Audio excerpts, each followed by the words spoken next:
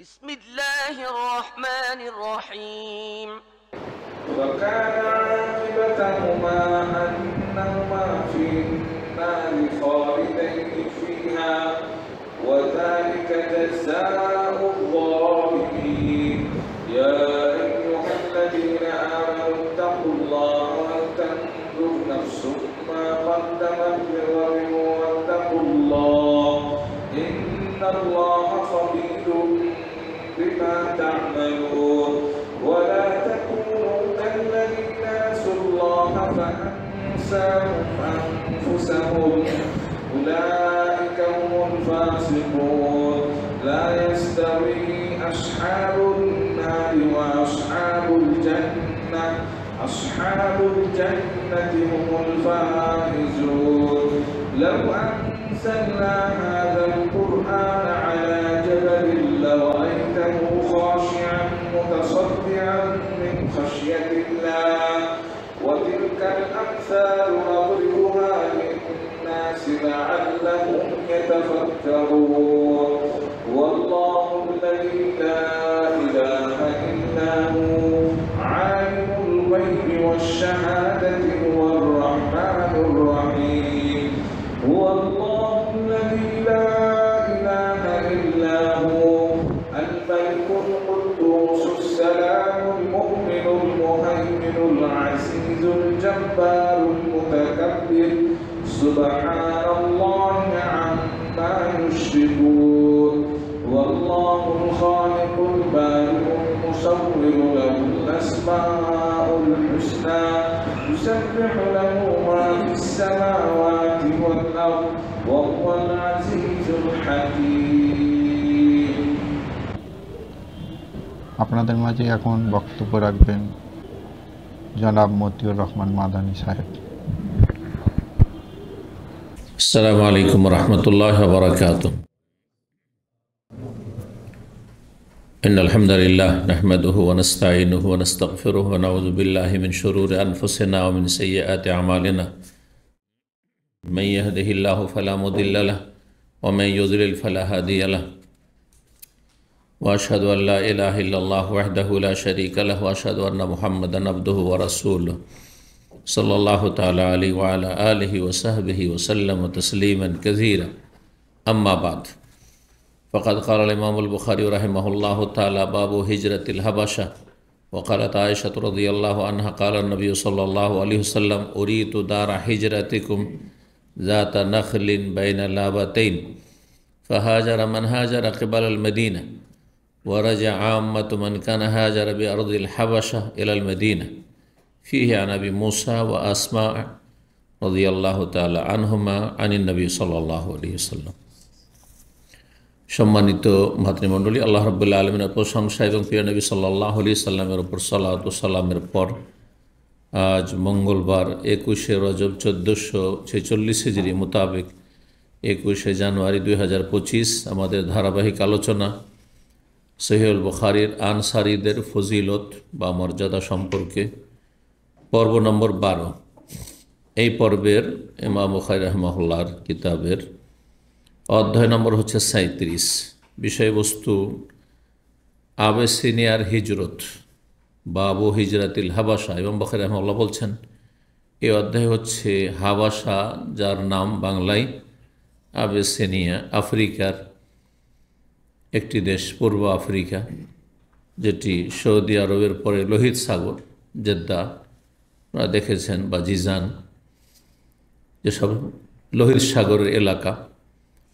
আর এই লোহিত সাগর পার করলেই সৌদি আরবের পশ্চিম দিকে অবস্থিত একটি দেশ, আফ্রিকার দেশ, যার নাম সেই যুগে ছিল হাবাসা।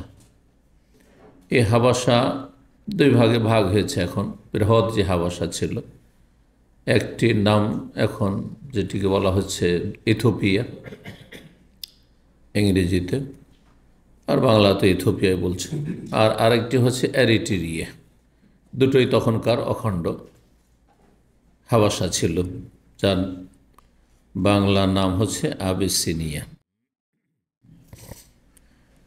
তো রাসূলুল্লাহ সাল্লাল্লাহু আলাইহি ওয়াসাল্লাম সাহাবায়ে কেরামগণ মক্কায় যখন কাফেরদের পক্ষ থেকে জুলম অত্যাচারের শিকার, তখন বিশেষ করে যারা দুর্বল অসহায় মানুষ তাদের ওপর কঠিন অত্যাচার চলেছে। তাছাড়াও যারা প্রভাবশালী মানুষ কিন্তু ইসলাম গ্রহণ করেছেন প্রথম দিকে, আর তখন মুসলিমরা দুর্বল ছিলেন পার্থিব দিক থেকে, যার ফলে তারাও জুলমের শিকার হয়েছেন, মানসিক, শারীরিক, পারিবারিক বিভিন্ন জুলমের শিকার হয়েছেন। দিন পালন করা বড় মুশকিল ছিল। দিনের কথা, ইসলামের কথা প্রকাশ করা খুব অসম্ভব জটিল ছিল। প্রকাশ্যে সালাত আদায় করা, ইবাদত করা, ইসলামের কথা বলা কঠিন ছিল। স্বয়ং নবী সাল্লাল্লাহু আলাইহি ওয়াসাল্লাম দারুল আরকামে গোপনে কয়েক বছর দাওয়াতি কাজ করেছেন, লুকিয়ে ঘরে। জি, গোপনে গোপনে লোকেরা যারা ইসলাম গ্রহণ করতে চাইতো এসে দেখা করত। এই ছিল পরিস্থিতি 13 বছরের মধ্যে প্রথম দিকে। সিরাতুন নবীতে বিস্তারিত সে সমস্ত স্তরগুলি আলোচনা করেছি। তো নবী সাল্লাল্লাহু আলাইহি ওয়াসাল্লাম দেখলেন যে এত জুলম অত্যাচার হচ্ছে, আর সবার ঈমান তো অত মজবুত না, তারপরে এত জুলম বরদাস্ত করে এখানে থাকা তো কোনো জরুরিও না। যার ফলে বললেন সাহাবায়ে কেরামদেরকে, তোমাদের মধ্যে যারা ইচ্ছুক, একটি দেশ আছে যেখানে খ্রিস্টান রাজা নাজাশী, জি, এই নাজাশী রাজা খ্রিস্টান হলেও সেই ব্যক্তি ন্যায়পরায়ণ মানুষ এবং ন্যায়পরায়ণ শাসক, সে ন্যায় নীতিকে পছন্দ করে, জুলম অত্যাচার তার দেশে হইতে দেয় না।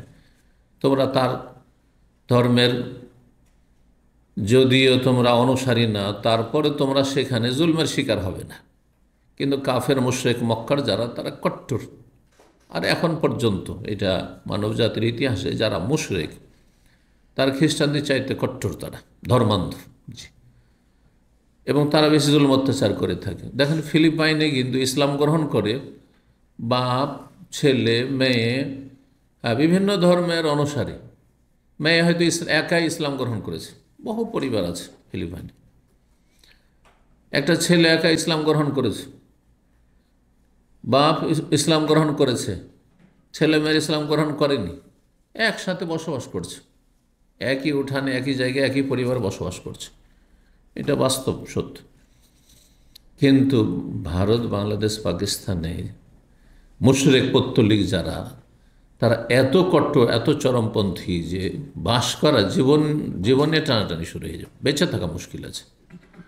আপনাকে হিজরত করা ফরজ, বিশেষ করে ভারত, নেপাল, এসব দেশগুলি যেখানে হিন্দু প্রধান, মুশরিক প্রধান দেশ। তো এসব দেশে ইসলাম কবুল করলে হিজরত ফরজ, আপনাকে ওখান থেকে সরতে হবে আপনার দিন দুনিয়া রক্ষা করার জন্য। আল্লাহ জালেমদের অনিষ্ট থেকে রক্ষা করুন, ভালো মানুষদের আল্লাহ রক্ষা করুন, হেফাজত করুন। খারাপ অসৎ লোক, পাপিষ্ঠ, আল্লাহ দ্রোহী, ইসলাম দ্রোহী, তাদেরকে আল্লাহ সর্বনাশ করুন। তো এই মক্কার কাফেররা যেহেতু পৌত্তলিক ছিল, আর পৌত্তলিকরা এইরকমই তাদের বদ স্বভাব, তো তারা মানুষের বেঁচে থাকা মুশকিল করে দিয়েছিল ইসলাম গ্রহণ করার পরে। নবী সাল্লাল্লাহু আলাইহি ওয়াসাল্লাম সাহাবায়ে কেরামদেরকে বললেন, তোমাদের মধ্যে যারা চায় হিজরত করতে, মক্কা থেকে চলে যেতে পারে, তারা হাবাসা। বেশ কিছু সাহাবায়ে কেরাম চলে গেছেন। উসমান রাদিয়াল্লাহু আনহু প্রখ্যাত সাহাবী, তিনি হিজরত করেছিলেন। অনেক সাহাবায়ে কেরাম হিজরত করেছেন। অনেকে জুলুম বরদাস্ত করে, যাবো না, থাকি, নবী সাল্লাল্লাহু আলাইহি ওয়াসাল্লাম যাচ্ছেন না তো থাকি, এখানেই থাকি, কষ্ট করেই থাকি, মার খেয়েই থাকি। কারণ সেই হিজরত ফরজ ছিল না। সেই হিজরত আর মদিনা হিজরতের মধ্যে পার্থক্য হচ্ছে, সেই হিজরত স্বেচ্ছাধীন ছিল, নফল, মুস্তাহাব, গেলে ভালো, তোমাদের জন্য ভালো, যেতে পারো। আর যদি মনে করে যে কষ্ট করে মার খেয়ে এখানেই থাকবো, জুলম অত্যাচারের শিকার হয়ে, তাও থাকতে পারো। কিন্তু মদিনার হিজরত যখন রাসূলুল্লাহ নির্দেশ দিলেন এবং নিজে হিজরত করে, তখন হিজরত করা ফরজ হয়ে গেছিল। যার ফলে কোনো ব্যক্তি যদি হিজরত না করে, নবী সাল্লাল্লাহু আলাইহি ওয়াসাল্লাম হিজরত করার পরে আর মক্কা বিজয়ের আগ পর্যন্ত, এই সময়টাই নবী সাল্লাল্লাহু আলাইহি ওয়াসাল্লাম হিজরত করার পরে 8 বছর পরে মক্কা বিজয় হয়েছে। এই যে 8টা বছর, এই সময়টা হিজরত ফরজ ছিল। কোথা থেকে? মক্কা থেকে মদিনা হিজরত করা।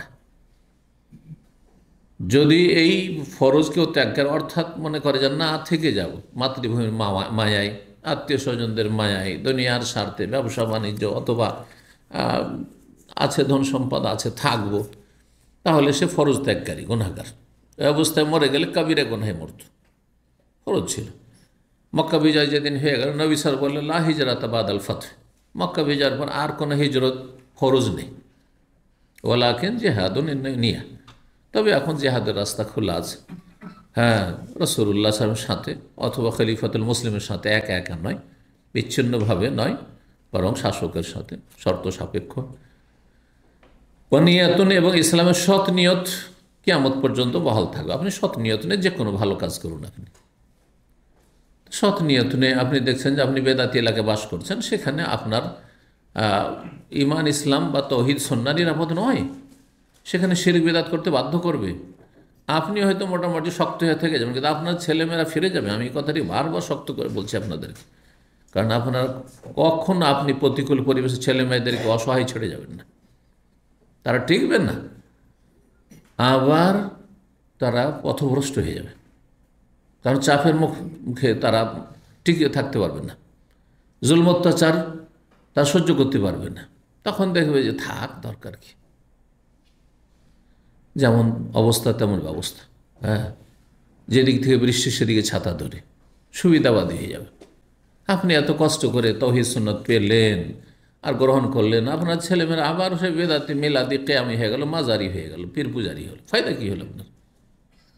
সেই জন্য হিজরত করা এখানে ফরজ, কিন্তু যদি প্রতিকূল অবস্থায় থাকে।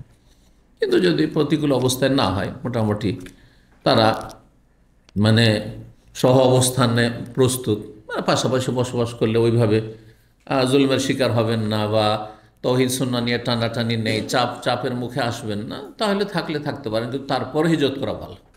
তাহলে হিজরত, বেদাতি এলাকা থেকে হিজরত করা হয় ফরজ যদি পরিস্থিতি এমন হয়, আর না হলে কমপক্ষে মুস্তাহাব, ভালো কাজ।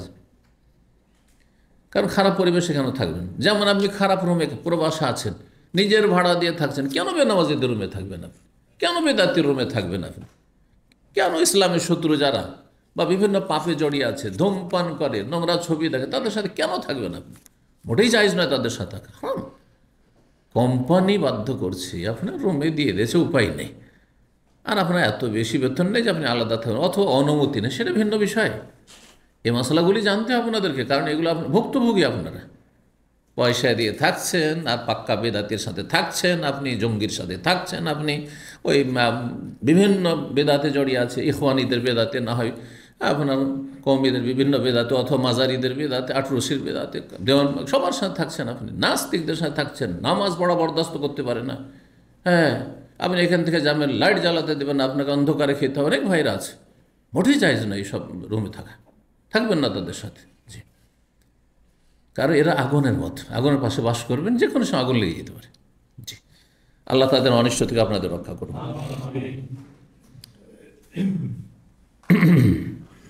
তো হিজরতের কথা বলছিলাম। হিজরত মক্কা থেকে মদিনা আর নেই, কিন্তু কিয়ামত পর্যন্ত হিজরত বহাল থাকবে, খারাপ জায়গা থেকে ভালো জায়গা। এইরকম একটা সঙ্গী ত্যাগের হিজরত, জায়গা আপনি পরিবর্তন করলেন না, কিন্তু সঙ্গী ত্যাগ করলেন। আপনি যখন বেদিন ছিলেন অথবা বেদাতি ছিলেন, তখন আপনার ফ্রেন্ড সার্কেল মোবাইলে যতগুলির নাম্বার সেভ করা ছিল সব লম্পট ছিল, বেনামাজি, বেদিন, না হইলে সব ওই বিভিন্ন আপনার পাপে, নারী ফিতনায় লিপ্ত, হ্যাঁ, বিভিন্ন অপকর্মে লিপ্ত। আপনি এখন হেদায়েত হয়েছেন, তাদের কারো নম্বর রাখবেন না, কারোর সাথে যোগাযোগ রাখবেন না। আপনি ইমানে নবায়ন করুন, এখানে আপনি পাক্কা মুমিন হন। এখন ভালো মানুষগুলোর নাম্বার সেভ করেন, আর তাদের সংসর্গ এখতিয়ার করে তাদের সাথে এসে বসেন। হ্যাঁ, যেখানে বসতে পারছেন আপনি, ইসলামী সেন্টার হোক অথবা মসজিদে হোক, আর এই বেদিনদের সাথে উঠা বসা করা আর সম্পর্ক রাখা বাদ দেন। এটাও একটা হিজরত। হ্যাঁ, সম্পর্কের হিজরত জরুরি। হয়তো আছেন, দামামে আছে, ওই বাসাতে আছেন, কিন্তু আর ওই সব লোকদের সাথে, যাদের সাথে চলতেন, ফ্রেন্ড সার্কেল ছিল খারাপ লোক, তাদের সাথে মোটেই চলাফেরা করেন না। এটা আপনার ইমানের দাবি, ফরজ। এটাও, এই হিজরতও ফরজ। হিজরত মানে পরিত্যাগ করা, জায়গা পরিত্যাগ করা, না হয় বন্ধু মহল পরিত্যাগ করা। জি, এই জন্য 100টি লোককে খুন করার লোককে কি পরামর্শ দেওয়া হয়েছিল? যে তুমি যেখানে আছো সেটি হচ্ছে আরদসু, মন্দ জায়গা, হ্যাঁ, পাপীদের জায়গা, সেখান থেকে অন্য জায়গায় চলে যাও। ওই এলাকায় একটা গ্রাম আছে, এলাকা আছে, সেখানে আল্লাহর নেক বান্দারা ইবাদতবন্দি করে, ভালো কাজ করে, হ্যাঁ, ফাবুদিল্লাহ মাহু, তাদের সাথে আল্লাহর ইবাদতবন্দি করে, ইলম শিখ আমল করা। জি, গুরুত্বপূর্ণ বিষয় কিন্তু আপনাদের জন্য। আল্লাহ রাব্বুল আলামিন যেন আপনাদের ভালো পরিবেশ দান করেন, ভালো সমাজ দান করেন। খারাপ পরিবেশ, খারাপ সমাজ, খারাপ লোক থেকে আল্লাহ রক্ষা করেন। হাবশার হিজরত। মা আয়েশা রাদিয়াল্লাহু তাআলা আনহা বর্ণনা করে বলছেন, তাআলা নবী সাল্লাল্লাহু আলাইহি ওয়াসাল্লাম বলেছেন একটি হাদিসে, যে হাদিসটি বিনা সনদে এখানে নিয়ে এসেছেন, অধ্যায়ের আন্ডারে নিয়ে এসেছেন, আর পরে যে হাদিসগুলি আসল হাদিস নিয়ে আসেন ইমাম বুখারী, সেগুলি সনদ সহ। তো নবী সাল্লাল্লাহু আলাইহি ওয়াসাল্লাম বলছেন, উরিতু দারা হিজরাতিকুম। নবী সাল্লাল্লাহু আলাইহি ওয়াসাল্লাম একবার স্বপ্নে দেখেছেন, হিজরত করার আগে, মদিনা আসার আগে। কি স্বপ্নে দেখছেন? তাই বলছেন আমাকে দেখানো হয়েছে, মানে স্বপ্নযোগে দেখানো হয়েছে, দারা হিজরত, তোমাদের হিজরতের দেশ। দার মানে এখানে দেশ, জি। দার মানে ঘর হয়, হ্যাঁ। দার মানে মহল্লা হয়, দার মানে দেশ হয়, জি, ছোট আর বড়, জি।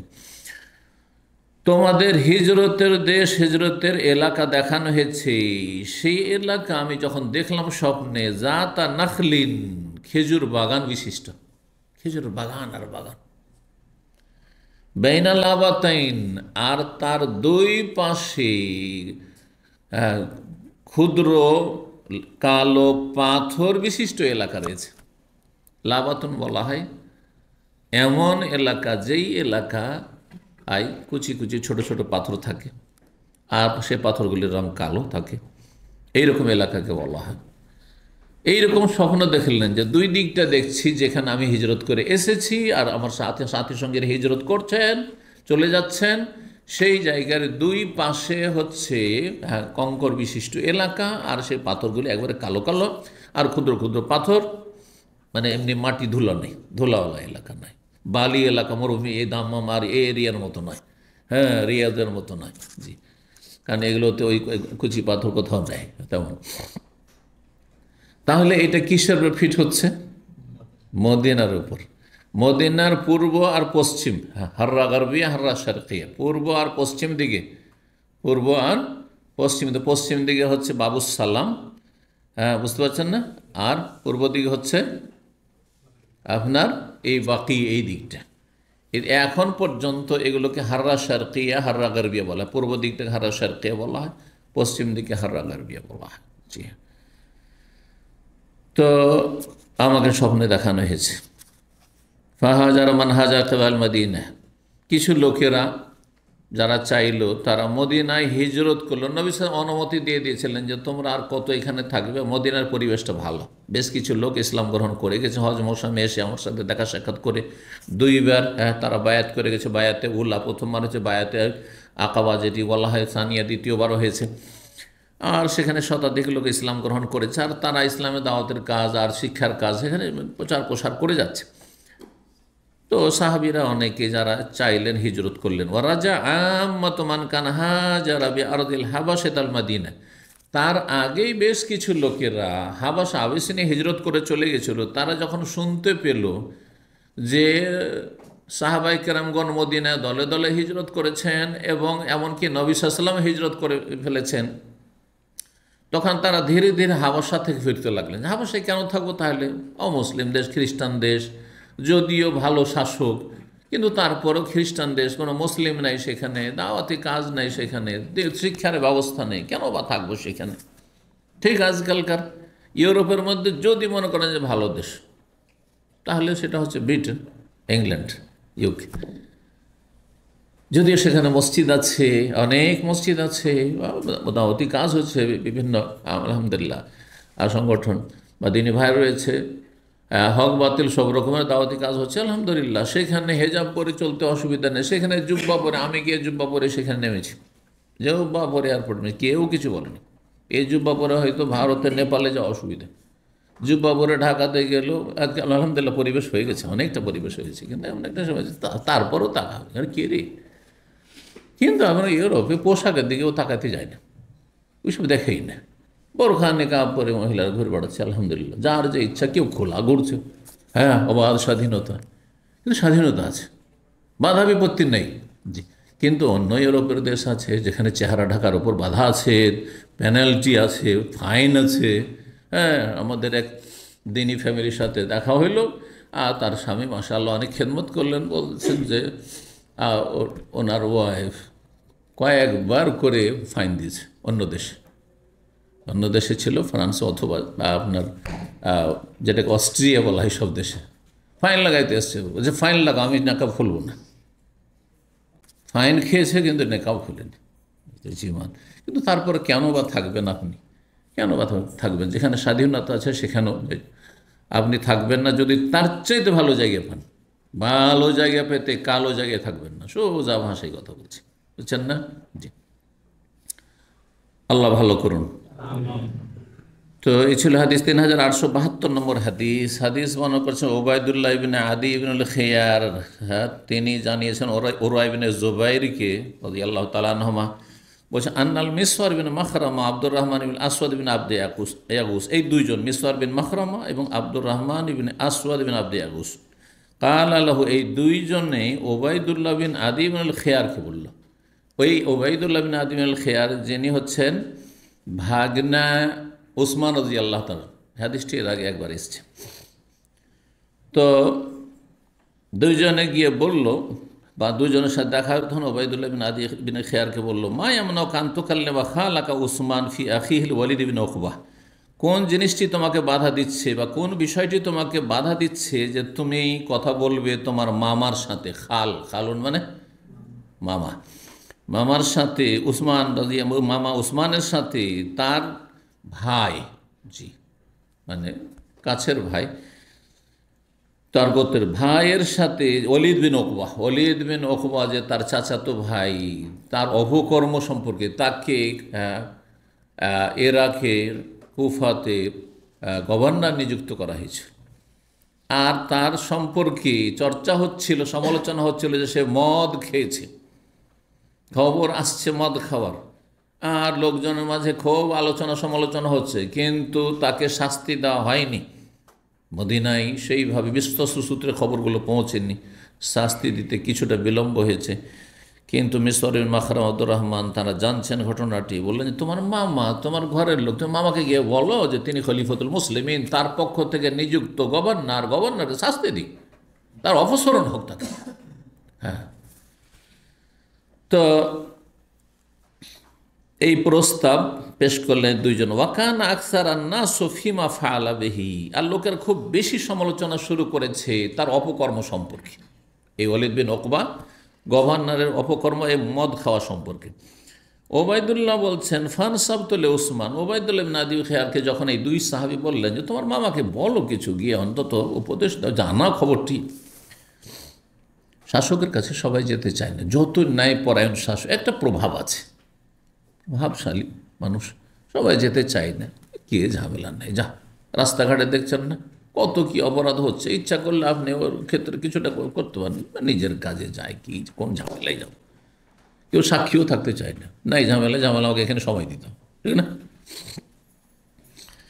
তো বলছেন ওবায়দুল্লাহ যে আমি এই কথা শুনে ফান্তাসাবতু লি উসমান হিনা খারাজ আলাইহিস সালাম, আমি রাস্তায় দাঁড়িয়ে গেলাম আমার মামা ওসমান রাদিয়াল্লাহু তাআলার উদ্দেশ্যে, খলিফার উদ্দেশ্যে, যখন তিনি সলাতে বেরোবেন। আমি প্রস্তুতি আছি যে নামাজ পড়তে মসজিদে যাবেন, তখন একটা সুযোগ নেব, একাই পাবো।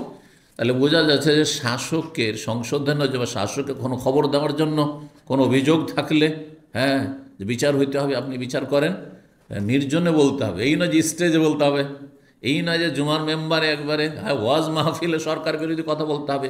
এগুলি সব খারেজিদের তরিকা, আজকালকার নব্য খারিজের তরিকা, এগুলি ইখওয়ানিদের তরিকা। এতে কোনো সংশোধন হয় না, এতে কোনো সংশোধন হয় না।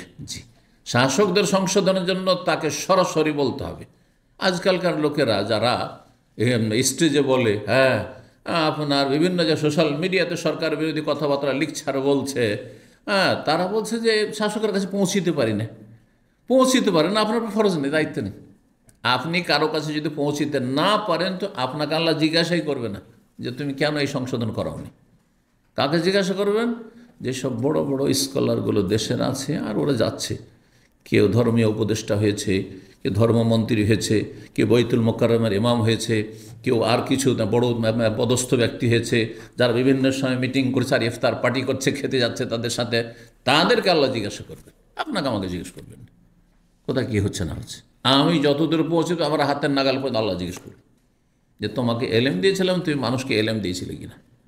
হ্যাঁ, তোমার চোখের সামনে একটি কাজ অন্যায় হয়েছিল, সংশোধন করেছিলে কিনা। ঘর থেকে শুরু, আগে ঘরের কথা আল্লাহ জিজ্ঞেস করে, আপনার স্ত্রী আপনার ছেলেমেয়ের কথা জিজ্ঞেস করবেন। এই জন্য ঘরের চরখায় তেল দেন আপনি, পরের চরখায় তেল দিয়ে লাভ নেই, কোনো লাভ নেই। আর জনগণের সামনে বলে উস্কানি দেওয়া হবে, উত্তেজিত করা হবে, আরও খেপিয়ে দেওয়া হবে, কোনো লাভ হবে না, হয়নি কোনো দিন। আপনাদের বিরুদ্ধে কেউ যদি বলে আপনি মানবেন না, একটু সাধারণ মানুষ তারপর, কিন্তু আপনাকে একে একে বললে মানবেন।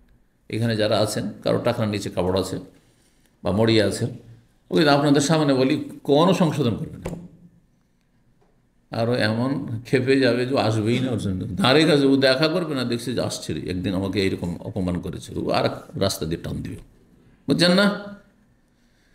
কিন্তু ওকে যদি একা নিয়ে গিয়ে তোমার টাকার নিচে কেন কাপড়, তাহলে সংশোধন সম্ভাবনা আছে, সংশোধন সম্ভাবনা আছে যদি আল্লাহ হিদায়াত নসিব করে, চেষ্টা করে। এক কথায় শত্রুতা রাখবেন আপনার বিরুদ্ধে, হিতাকাঙ্ক্ষী মনে করে আপনাকে, যে তার ভালো করার চেষ্টা করেছেন। তো বলছেন যে নামাজে যে সময় বেরোবে সেই সময় আমি দাঁড়ালাম, গিয়ে ফাকুলতুল্লাহু, মামাকে বললাম, ইন্নালি এলাইকা হাজাতান ওয়া হিয়া নাসিহা, আমার আপনার সাথে একটি প্রয়োজন আছে, আর সেটি আমার পক্ষ থেকে একটি নসিহত। ভাইকে না মামাকে বলছে, একটি নসিহত, উপদেশ।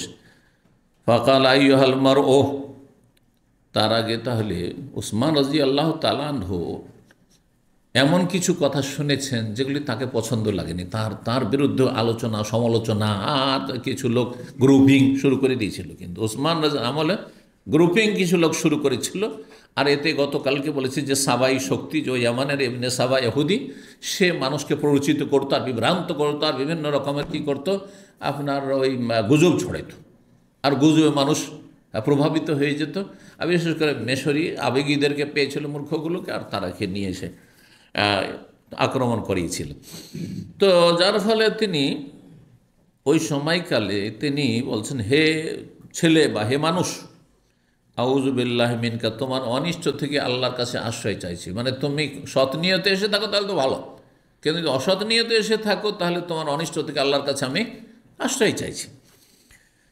ফানসারাফ, তো এ কথা শুনে আমি ভাবলাম যে তিনি হয়তো রেগে গেছেন বা রেগে আছেন। ফানসারাফ, ফিরে গেলাম সেখান থেকে। ফালাম্মা কাযাইতু সলাত, সলাতটা আদায় করলাম, আমি নামাজ পড়লাম, তাহলে সলাতের সময় ছিল। জালাস্তু ইলা মিসওয়ার, তারপরে মিসওয়ার মিন মাখরামা, যে বলেছিল যে তুমি গিয়ে তোমার মামাকে বলো, এবং ওই যে ইবনে আবদি আগুস আরেকজন, দুইজনের কাছে গিয়ে বসে। ফাহাদ্দাসতুহা বিল্লাযী কুলতু লি উসমান, তাদের কাছে ঘটনা বর্ণনা করলাম যে আমি উসমান আমার মামাকে গিয়ে বলার জন্য আমি বলেছিলাম এই কথা, যে আপনার সাথে একটু প্রয়োজন আছে, একটু নসিহা।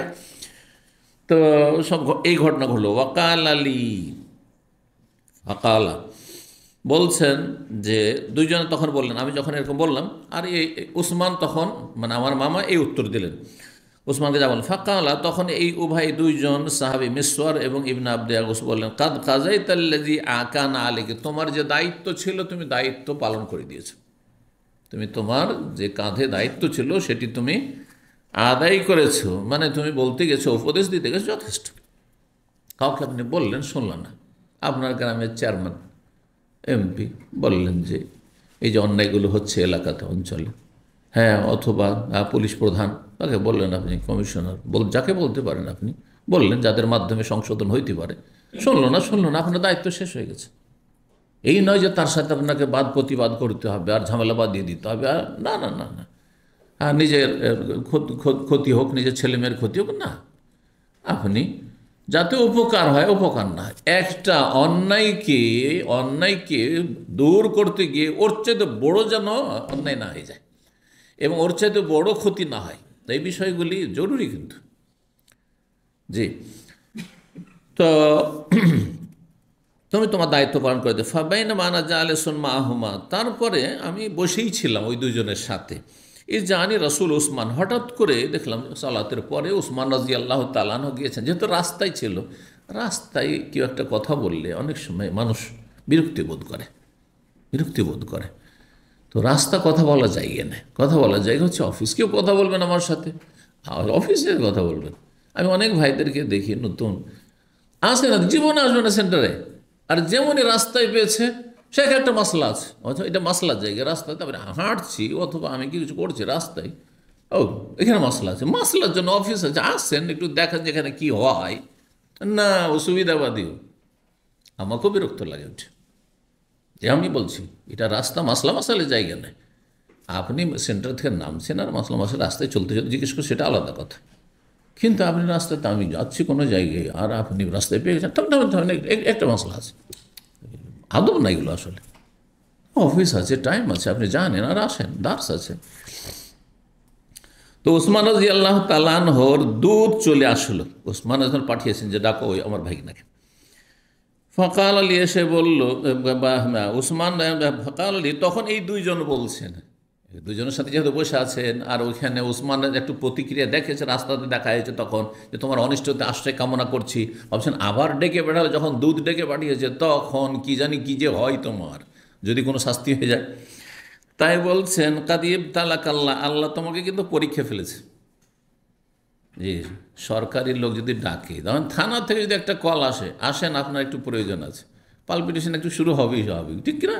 জি, যদিও আজকালকার থানা, আজকালকার প্রশাসন আর আজকালকার নেতার, তখনকার নেতা আসমান জমিনের পার্থক্য আছে, সারা আর সরাইয়ার পার্থক্য আছে। সারা মানে কাদামাটি জমিনে, আর সরাইয়া মানে ধ্রুব তারা, যত দূরত্ব ততটা পার্থক্য আছে। এইটা মনে করিয়েন না যে আজকালকার মতো তখন শাসন ব্যবস্থা, তখন আল্লাহর ভয়ভীতি ছিল, তখন ইনসাফ সুবিচার ছিল, সব কিছু ছিল তখন। জি, তখন খেলাফতে রাশেদা ছিল, রাসূলুল্লাহ আদর্শ ছিল। এখন আছেই বাকি, জি আছেই বাকি, দুনিয়ার স্বার্থ ছাড়া আছে কি? সমস্ত স্তরে। জি, ইল্লা মান রাহিমাল্লাহ, আল্লাহ তোমাকে পরীক্ষা ফেলেছে যেন উত্তীর্ণ হওয়ার আল্লাহ তৌফিক দিয়ে। ফান্তালাক্তু, চললাম, ডাক হয়েছে, হাত্তা দাখালতু আলাইহি, গেলাম, জি প্রবেশ করলাম। খালা মা নাসিহাতুকা আল্লাতী যাকারতা আনিফান, উসমান বললেন, খলিফা বলছেন যে তোমার কি উপদেশ যেটা তুমি কিছুক্ষণ আগে সালাতের আগে তুমি রাস্তায় আমাকে বলছিলে। কাল, তখন ফাতাশাহাদতু, তখন আমি শাহাদাতের কালেমা পড়লাম, মানে শাহাদাতের কালেমা বিশিষ্ট সুন্নতি খুতবা পড়লাম, খুতবাতুল হাজা, ইন্নাল হামদালিল্লাহ নাহমাদুহু ওয়া নাস্তাইনুহু ওয়া আশহাদু আল্লা ইলাহা ইল্লাল্লাহ ওয়া আশহাদু আন্না মুহাম্মাদান আবদুহু ওয়া রাসূলুহু। এটাকে এই জন্য তাশাহুদ বলা হয়। হাদিসে রয়েছে তাশাহুদ ফিস সালাতি ওয়া তাশাহুদ ফিল হাজা, দুটি তাশাহুদ শিখেছেন নবী সাল্লাল্লাহু আলাইহি ওয়াসাল্লাম, শিখেছেন দুটি তাশাহুদ শিখেছেন। একটি হচ্ছে সালাতের তাশাহুদ, হচ্ছে আত্তাহিয়াতু লিল্লাহি ওয়াস সালাওয়াতু, তার শেষখানে আছে। অথচ আত্তাহিয়াতের নাম তাশাহুদ কেন? ওই যে আশহাদু আল্লা ইলাহা ইল্লাল্লাহ ওয়া আশহাদু আন্না মুহাম্মাদুর রাসূলুল্লাহ শেষখানে, সেই জন্য এর নাম তাশাহুদ। ঠিক ওই রকমই তাশাহুদ ফিল হাজা, মানে খুতবায়, প্রয়োজনের খুতবাতে যে আশহাদু পড়া হয় সেটিকেও তাশাহুদ বলা হয়েছে। তাহলে তাশাহুদ হচ্ছে দুই রকম, হাদিসের ভাষায় বলা হয়েছে, সেই হাদিস। জি, তো আমি তখন সেই সুন্নতি খুতবা পড়লাম। সুম্মা কুলতু, তারপরে বললাম, ইন্নাল্লাহ বাআসা মুহাম্মাদ সাল্লাল্লাহু আলাইহি ওয়াসাল্লাম, আল্লাহ রাব্বুল আলামিন মুহাম্মদ সাল্লাল্লাহু আলাইহি ওয়াসাল্লামকে নবী করে পাঠিয়েছেন। ওয়া আনজাল আল কিতাব, নাযিল করেছেন। ওয়া কুনতা মিম্মান ইস্তাজাবা লিল্লাহি ওয়া রাসূলিহি, আর আপনি তাদের মতো ভাগ্যবান, তাদের দলভুক্ত, সেসব ভাগ্যবানদের দলভুক্ত যারা আল্লাহর ডাকে, রসুলের ডাকে সাড়া দিয়েছে, ইসলাম কবুল করেছেন। আপনি ইসলাম কবুল করেছেন। ওয়ামান্ত, আপনি ঈমান নিয়ে এসেছেন এবং হিজরত করেছেন। হাজারাত আল হিজরাতাইনিল উলায়াইন, আপনি দুই হিজরত করেছেন। গোটা লম্বা হাদিসের সম্পর্ক এই অধ্যায়ের সাথে এই এতটুকু, দুই হিজরত। এক হিজরত হচ্ছে হাবাসার হিজরত, আর এক হিজরত হচ্ছে মদিনার হিজরত, উসমান রাদিয়াল্লাহু তাআলা করেছেন। জি, সাহেব তা রাসূলুল্লাহ সাল্লাল্লাহু আলাইহি ওয়াসাল্লামের আপনি সোহবত পেয়েছেন, মানে সাহচর্য পেয়েছেন বা সংসর্গ পেয়েছেন, আপনি সাহাবী হয়েছেন। ওয়া রাআইতা হাদিয়াহু, স্বচক্ষে নবী সাল্লাল্লাহু আলাইহি ওয়াসাল্লামের আদর্শ, চালচলন, আচার আচরণ দেখেছেন আপনি। জি, দেখে শিখা আর শুনে শিখায় অনেক পার্থক্য রয়েছে। লোকেরা আমার লেকচার কেউ অনলাইনে শুনছে, দেখেনি, আর যারা সামনে আসলেন আর সামনে এসে শুধু এখান থেকে হয়তো কথা বলেছেন 5 মিনিট, তাতে যে আপনি বুঝতে পারবেন যে আমি কেমন, সেটা অন্য লোকেরা বুঝতে পারবে না। দূরের মানুষদের সাথে যখন দেখা হয় তখন অনেকে ভয় পায়, বলে যে আপনাকে যদি দেখা সাক্ষাৎ না হইতো তাহলে আপনাকে মনে করতাম যে আপনি খুবই রাগী মানুষ এবং আপনার সাথে কথা বলা খুবই মুশকিল, বুঝতে পারছেন? কারণ বক্তব্যের সময় মোড আলাদা থাকে, হ্যাঁ, তখন কখনো গরম থাকে তো কখনো নরম থাকে, সব রকম থাকে। তো জি, তো বলছেন যে আপনি নবী সাল্লাল্লাহু আলাইহি ওয়াসাল্লামকে সচক্ষে দেখেছেন এবং তার আচার আচরণ আপনি প্রত্যক্ষ করেছেন। ওয়াকাদ আকসার আন্নাস ফি শানিল ওয়ালিদ বিন উকবা, আর লোকেরা খুব বেশি কঠোর সমালোচনা করেছে ওয়ালিদ বিন ওকবার বিষয়ে, যে সে মদ খাচ্ছে কিন্তু তার শাস্তি হচ্ছে না, আর তাকে গভর্নর বানিয়ে রাখা হয়েছে। ফাহাক্কুন আলাইকান তুকিমা আলী হাদ্দা, সুতরাং আপনার কর্তব্য হচ্ছে যে তার ওপর আপনি ইসলামী দণ্ডবিধান কায়েম করবেন, মদ খাওয়ার শাস্তি, মদ পানের শাস্তি। ফাকাল আলী, তখন বললেন উসমান রাদিয়াল্লাহ তাআলা ভাই নাকি আবনা আখি, আর আরবরা ছোটকে, বড়রা মুরব্বীরা ভাতিজা বলতো। আমাদের দেশে এরকম খানিকটা আছে, তাই না? বড়কে চাচা বলা আর ছোটকে ভাতিজা বলা, যদিও ভাগ্নে, ভাগ্নে আসলে আত্মীয়তার সম্পর্ক হচ্ছে ভাগ্নে, মাও ভাগ্নে সম্পর্ক, কিন্তু কি বললেন? ভাতিজা, আবনা আখি, হে আমার ভাইয়ের ছেলে, মুসলিম ভাইয়ের ছেলে। জি, আদরাক্তা রাসূলুল্লাহ সাল্লাল্লাহু আলাইহি ওয়াসাল্লাম, তুমি কি রাসূলুল্লাহ সাল্লাল্লাহু আলাইহি ওয়াসাল্লামের যুগ পেয়েছো? কালা কুলতুল, আমি বললাম না, পাইনি। তার মানে নবী সাল্লাল্লাহু আলাইহি ওয়াসাল্লামকে এই ওবাইদুল্লাহ ইবনে আদি বিন আল-খিয়ার পায়নি, তাবেই সে, হ্যাঁ তাবেই। তবে আমি যদিও পাইনি, ওয়ালাকিন কাদ খালাসা ইলাইয়া মিন ইলমিহি মা খালাসা ইলাল আজরাই ফি সিতরিহা, তবে নবী সাল্লাল্লাহু আলাইহি ওয়াসাল্লামের ছেড়ে যাওয়া দ্বীনের জ্ঞান এলেম আমি এতটা পেয়েছি, বা এমন স্বচ্ছ পরিষ্কার পরিচ্ছন্নতার সাথে পেয়েছি, মা খালাসা ইলাল আজরাই ফি সিতরিহা, যেমন একজন কুমারী, পর্দানাসীন কুমারী, তার পর্দাই থাকে, সেখানে কোনো ব্যক্তি স্পর্শ করতে পারে না, কোনো ব্যক্তির ছোঁয়ায় আসে না, ধারে কাছে নেই। এটা এখনকার যুগে বুঝতে পারবেন না, কারণ এখনকার যুগে কুমারীরা স্কুল কলেজ পড়তে গিয়ে কত যুবকের সাথে হাসি খুশি আর গল্প কথা, অথবা যদি সরাসরি না হয় তো কত যে চ্যাটিং আর ফাইটিং, কত কি হচ্ছে, ঠিক না? আল্লাহ হেফাজত করুন। কুমারিত্ব আজকাল পাওয়াটা, সত্যিকারের কুমারিত্ব পাওয়াটা আজকাল আল্লাহর বিশাল নিয়ামত, বড় নিয়ামত। সতীত্ব আর কুমারিত্ব আর সেই রকম সচ্চরিত্র ছেলেদের মাঝে, যুবকদের মাঝে আর যুবতীর মাঝে, যে কোনো যুবক আপনি পাচ্ছেন, যে ছেলে পাচ্ছেন বিয়ের জন্য, যেই ছেলে কোনো মেয়ের ধারে কাছে যায়নি, আর এমন মেয়ে পাচ্ছেন যে কোনো ছেলের ধারে কাছে যায়নি, হ্যাঁ, তার দিকে সামান্য তার প্রেমের মন ঝুঁকেনি, এইরকম পাওয়াটা আজকাল বিরল ব্যাপার হয়ে গেছে এই ফিতনার কারণে, তাই না? সহশিক্ষার কারণে, মূল কারণ হচ্ছে সহশিক্ষা। শিক্ষাঙ্গনে দিতেই হবে, কারণ আজকাল শিক্ষা ছাড়া মেয়েরা, ছেলেরা থাকা সম্ভব নয়।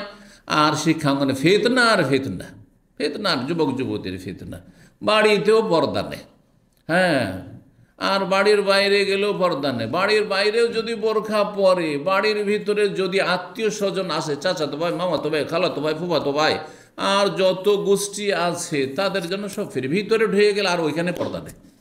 অধিকাংশ ধার্মিকদের বাড়ি, কথিত আজ আমাদের দেশীয় ধার্মিকদের বাড়ির অবস্থা এটা, মনে করে যে গ্রামের লোকের সাথে পর্দা নেই, আর তারপরে আপনার আত্মীয় স্বজনদের সাথে পর্দা নেই, যা বাড়ির ভিতরে চলে এসে আর অসুবিধা কি? দুলা ভাইয়ের সাথে পর্দা নেই, দেবর ভাসুরের সাথে পর্দা নেই, আছে কোথায় তার পর্দা? হাজার একটা খুঁজে পাওয়া মুশকিল যাদের বাড়িতে সত্যিকারের ইসলামের হেজাব আছে। ঘরের ভিতরে পর্দা আছে, বাইরেও পর্দা আছে, অন্তরের পর্দা আছে, সব রকম পর্দা আছে। কারণ অন্তরের পর্দা না থাকে তো এই শুধু বোরখা থেকে লাভ নেই, হ্যাঁ, বোরখার ভিতরেও অপকর্ম হইতে পারে। অন্তরের পর্দা মানে তাকওয়া, তাকওয়া। পুরুষের অন্তর নারীর আসক্ত হবে না, আর নারীর অন্তর পুরুষের আসক্ত হবে না। জি, এটা হচ্ছে আসল পর্দা, তাকওয়ার পর্দা। ফাইন্না খায়রা জাদি তাকওয়া, যেখানে পাথেয় সম্বল সম্পর্কে আলো, সবচেয়ে উত্তম সম্বল হচ্ছে আল্লাহ ভীরুতা, সবচেয়ে উত্তম পর্দে হচ্ছে অন্তরের তাকওয়ার পর্দা, আল্লাহ ভীরুতার পর্দা। আল্লাহর ভয়ভীতি অত্যন্ত জরুরি। মানুষের ভয় না থাকলে যে কোনো ফিতনায় লিপ্ত হইতে পারে মানুষ। আল্লাহ হেফাজত করুন। তো হতো কি, জাহেলি যুগেও, হ্যাঁ, কুমারী মেয়েদেরকে, যাদের বিয়ে হয়নি এখন পর্যন্ত, হ্যাঁ, তাদেরকে এত লুকিয়ে রাখতো, এত লুকিয়ে রাখতো যে জানতেই দিত না যে কারো বাড়িতে একটা সাবালিকা মেয়ে আছে, সাবালিকা মেয়ে আছে। বিয়ে হওয়ার পরে জানতে পারতো যে মুখে সাবালিকা মেয়ে আছে। বাড়ির বাইরে যেতে দিত না, আর যেত না। এত লজ্জা ছিল, আর এত তাদের মানে সতর্কতা ছিল, লুকিয়ে রাখতো। তার জন্য কি ফিসিত রেহা, অন্য রেবায়তে ফিখিদ রেহা, তার জন্য একটা এমন তাঁবু তৈরি, বাড়িতেও যদি কেউ ঢুকে, ও লুকিয়ে আছে ওই বাড়ির ভিতরেও বেরোবে না, উঠানো বেরোবে না, এরকম পর্দা করতো, এরকম লুকিয়ে রাখতো। যখন বিয়ে হয়ে গেছে তখন অসুবিধা নেই, বিয়ে হয়েছে স্বামীর সাথে ঘুরছে তখন হয়তো, তার আগ পর্যন্ত না। এটা ছিল আরবদের প্রথা। ধর্মের আগে প্রথা ছিল যে না, সাবালিক হইতে যাচ্ছে, মেয়ে কুমারী মেয়ে সম্পর্কে কাউকে জানতে দিতে হবে না। এখন পর্যন্ত আরবদেরকে কারো মেয়ের নাম জিজ্ঞাসা করলে এটা আইব, দোষের বিষয়। মেয়ের নামটাও পর্দা আরবদের কাছে, যদি শরীয়তে পর্দা নয়, কিন্তু এটা ট্রেডিশন, তাদের প্রথা আলাদা জিনিস আর শরীয়ত আলাদা জিনিস। আপনি আপনার স্ত্রীর নাম বলতে পারেন, আপনি আপনার মেয়েদের নাম বলতে পারেন, অসুবিধা নেই। আপনার মায়ের নাম বলতে পারেন। আমাদের দেশে আবার আইব কি? বাপের নাম দাদার নাম বলো, কিন্তু মায়ের নাম জিজ্ঞেস করলে আরে আইব বলা যাবে না। আছে না নেই আপনাদের অঞ্চলে? এটা ছিল এক সময়, জি, বড় দোষের কথা। মায়ের নাম ছোটো বাচ্চাদেরকে শিখিয়ে দিচ্ছে, মায়ের নাম বলবি না, তারপর স্বামীর নাম বলা যাবে না। আজকাল তো শুরু হয়েছে, এখন স্বামীকে নাম ধরে ডাকবে, সমান সমান এগুলো জায়েজ আছে, কিন্তু তার চাইতে ভালো কুনিয়ত দিয়ে ডাকা। তো যেমন কুমারী মেয়ে, কুমারী মেয়ে তার পর্দার ভিতরে লুকিয়ে থাকে একেবারে খালেস খাঁটি, তাতে কোনো রকমের কোনো পুরুষের কোনো রকমের টাচ নেই, ধারে কাছে নেই। ঠিক ওই রকম আমার কাছে যে এলেম নবী সাল্লাল্লাহু আলাইহি ওয়াসাল্লাম পৌঁছেছে, যদি আমি তাবেই একবারে খালেস, কোনো ভেজাল না, ভেজাল মুক্ত এলেম পৌঁছেছে আমার কাছে। কালা ফাতাহ শাহাদ। তারপর উসমান রাদিয়াল্লাহু তাআলা আনহু তাশাহুদ পাঠ করলেন, মানে ওই তাশাহুদ ফিল হাজা, খুতবাতুল হাজা পাঠ করলেন, সুন্নতি খুতবার বললেন ইন্নাল্লাহ কাদ বাসা মুহাম্মদ সাল্লাল্লাহু আলাইহি ওয়াসাল্লাম বিল হককে, আল্লাহ রাব্বুল আলামিন মুহাম্মদ সাল্লাল্লাহু আলাইহি ওয়াসাল্লামকে সত্য সহকারে প্রেরণ করেছেন। ওয়া আনজাল আল কিতাব, তার প্রতি কিতাব নাযিল করেছেন, মানে আল কোরআনুল কারীম। ওয়া কুনতু মিম্মান ইস্তাজাবা লিল্লাহি ওয়া রাসূলিহি সাল্লাল্লাহু আলাইহি ওয়াসাল্লাম, এবং আমি তাদের দলভুক্ত হইতে পেরেছি। এটি আমার সৌভাগ্য যে যারা আল্লাহর ডাকে সাড়া দিয়েছে, রসুলের ডাকে সাড়া দিয়েছে, আমিও ডাকে সাড়া দিয়েছি, মানে ইমান নিয়ে এসেছি। ও আমান তো বেমা বইসা বিহি মোহাম্মদ সাল্লাম যা নিয়ে প্রেরিত হয়েছেন সেসব কথার প্রতি আমি ইমান নিয়ে এসেছি। ও হাজারতুল হিজরাতানি উলাইনে, প্রথম 2 হিজরত আমি করেছি, কামা কলতে, যেমনটা তুমি বললে সব ঠিক আছে। ও সাহেব তো রসুল্লাহ সাল্লামের সোহবত পেয়েছি, আমি তার সাহাবি হয়েছি।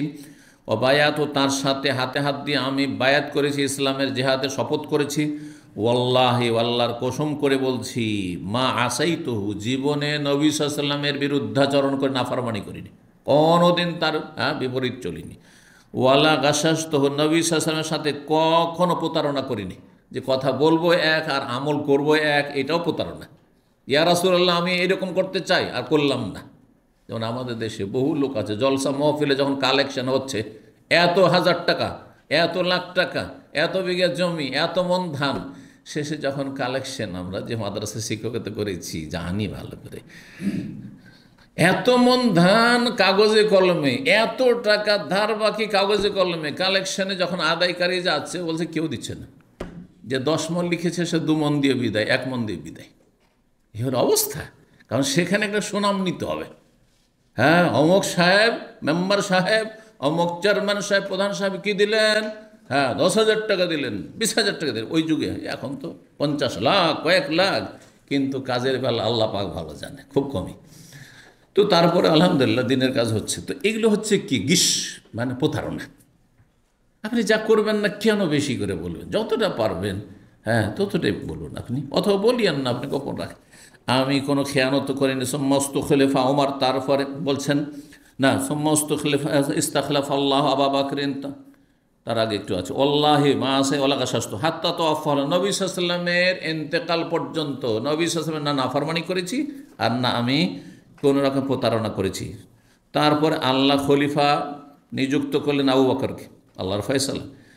আল্লাহ, আল্লাহর কসম করে বলছি, তারও কোনো নাফরমানি করিনি, খলিফা তারও কোনো বিরুদ্ধাচরণ করিনি। ওয়ালা গাসাস, তার সাথে কোনো খেয়ানত করিনি, প্রতারণা করেন। সুম্মা উস্তুখলিফা ওমর, তারপরে খলিফা হলেন ওমর রাদিয়াল্লাহু তাআলা আনহু। আল্লাহ, আল্লাহর কসম করে বলছে, তারও নাফরমানি করিনি, তার সাথে কোনো খেয়ানত আর কোনো রকমের প্রতারণা করিনি। সুম্মা উস্তুখলিফতু, তারপরে আমাকে খলিফা নিযুক্ত করা হয়েছে। আফালাইসা লি আলাইকুম মিসলুল্লাযী কানা লাহুম আলাইয়া, আমার কি সেই অধিকার তোমাদের উপর নেই যেমনটা অধিকার আগের খলিফাদের ছিল তোমাদের উপর? যেমন আমি হক আদায় করেছি আবু বকরের, উমরের, আমার হক কি তোমাদের উপর নেই?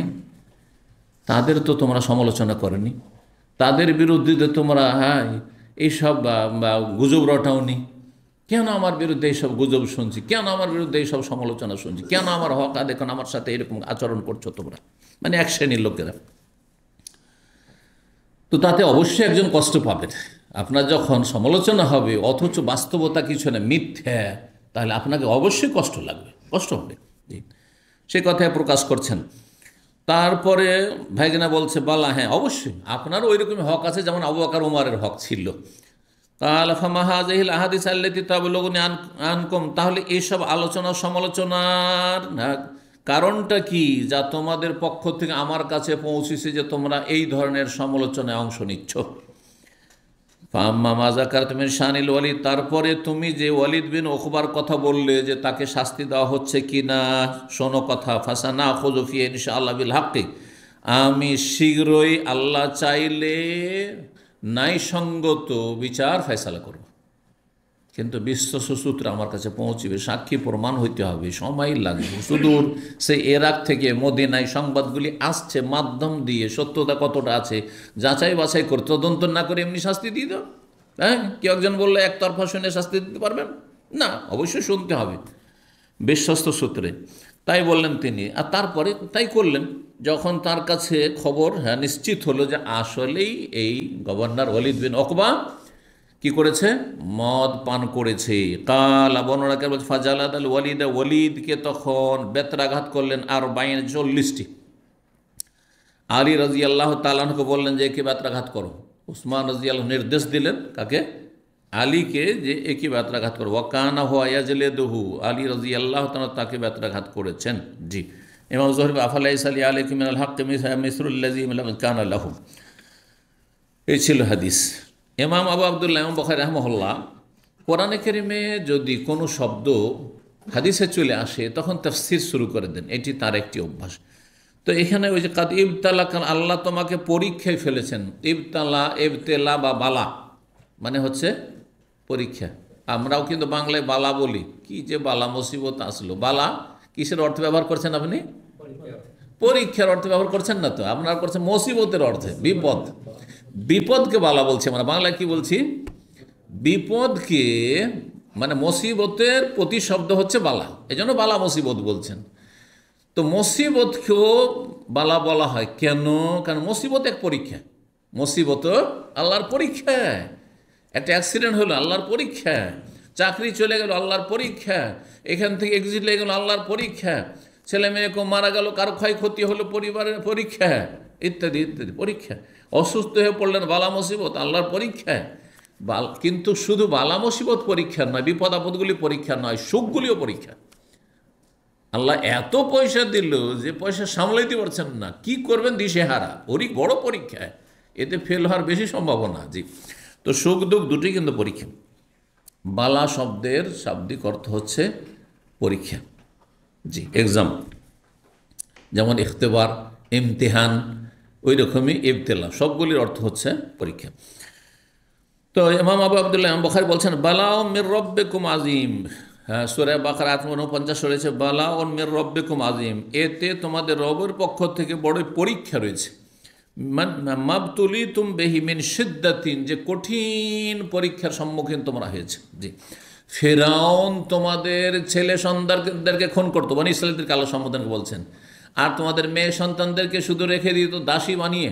তো দাসী বাড়ির মেয়েরা দাসী হবে কারো বাড়িতে, এইটাও আল্লাহর বড় কি পরীক্ষা, পরীক্ষা, আজাব পরীক্ষা, মুসিবতের পরীক্ষা। তো এইরকমই ছেলে সন্তানকে খুন করে দেওয়া হচ্ছে, তাহলে আগামী প্রজন্ম কী হবে, শেষ হয়ে যাবে তাহলে। জি, তো এগুলো বড় পরীক্ষা ছিল, তাই বলছেন।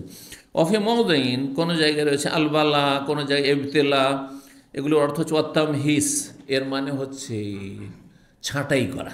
কারণ পরীক্ষার মাধ্যমে ছাঁটাই হয়।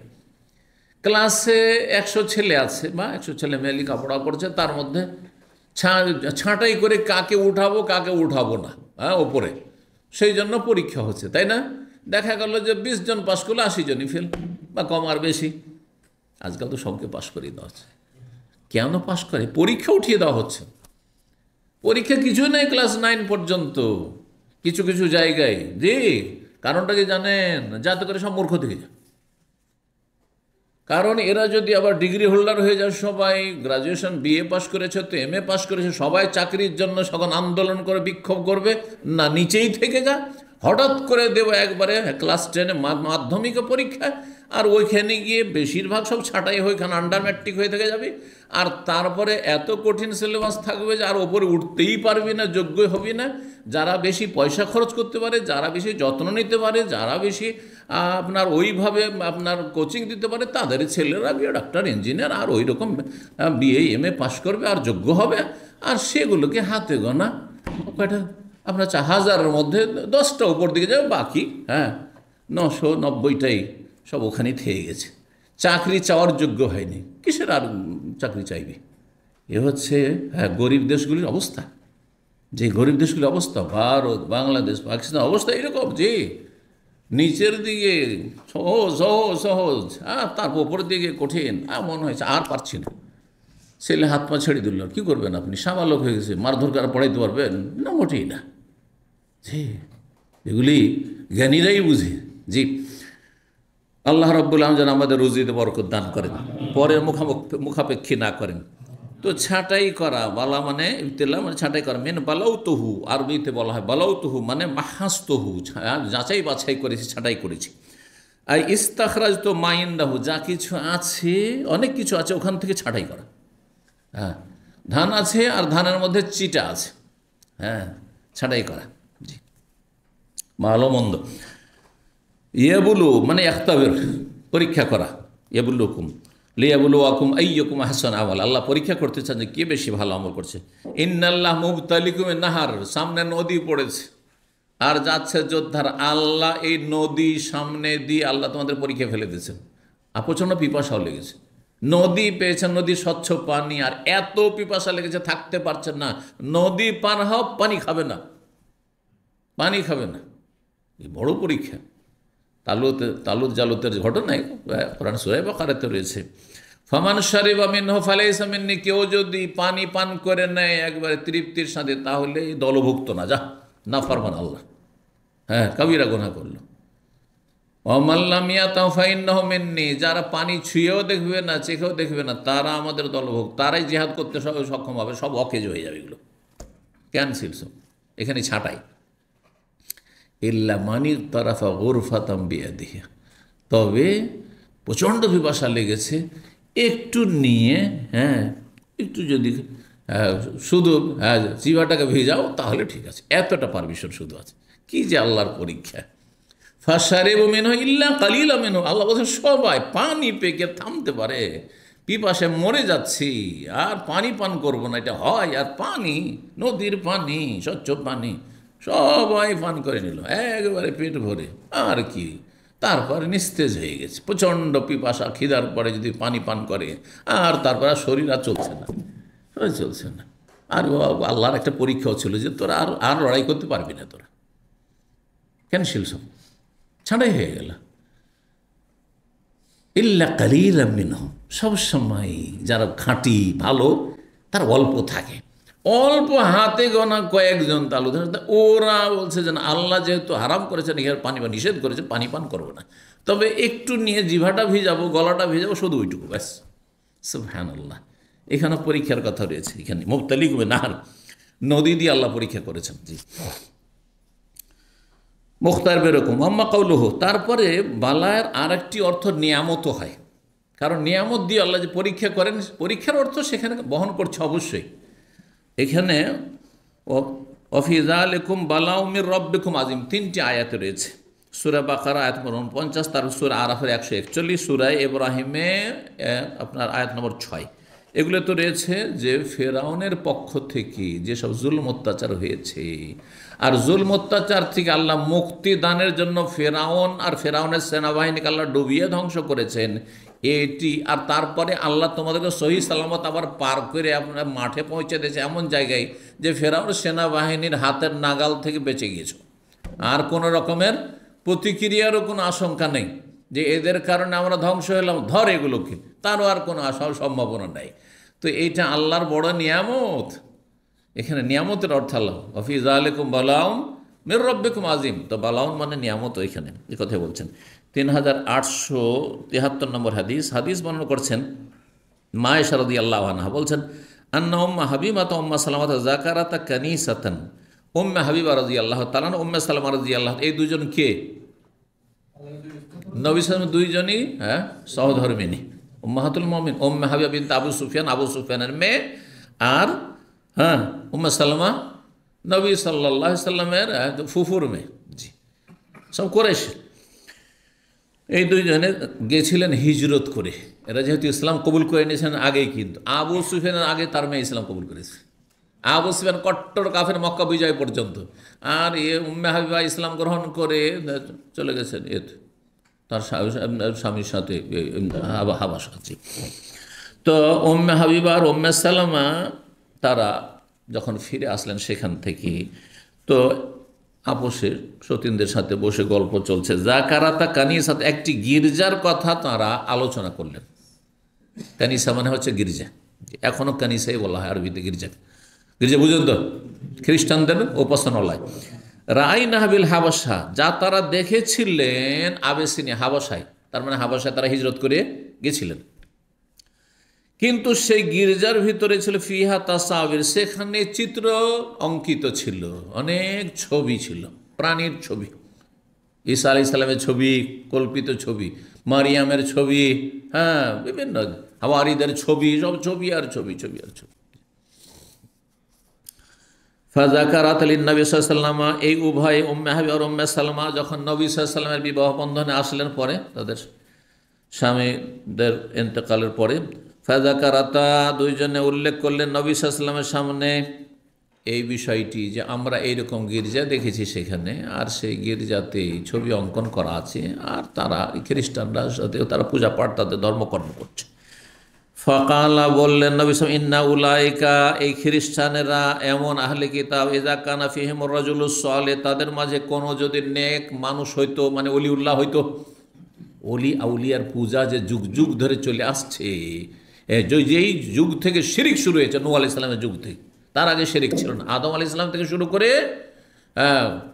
অনেক যুগ পর্যন্ত, নূহ আলাইহিস সালামের জামানা পর্যন্ত কোনো শিরিক ছিল না। সমস্ত মানব জাতির আদম সন্তানের ধর্ম ছিল লা ইলাহা ইল্লাল্লাহ, আল্লাহ ছাড়া কোনো সত্য মাবুদ নেই।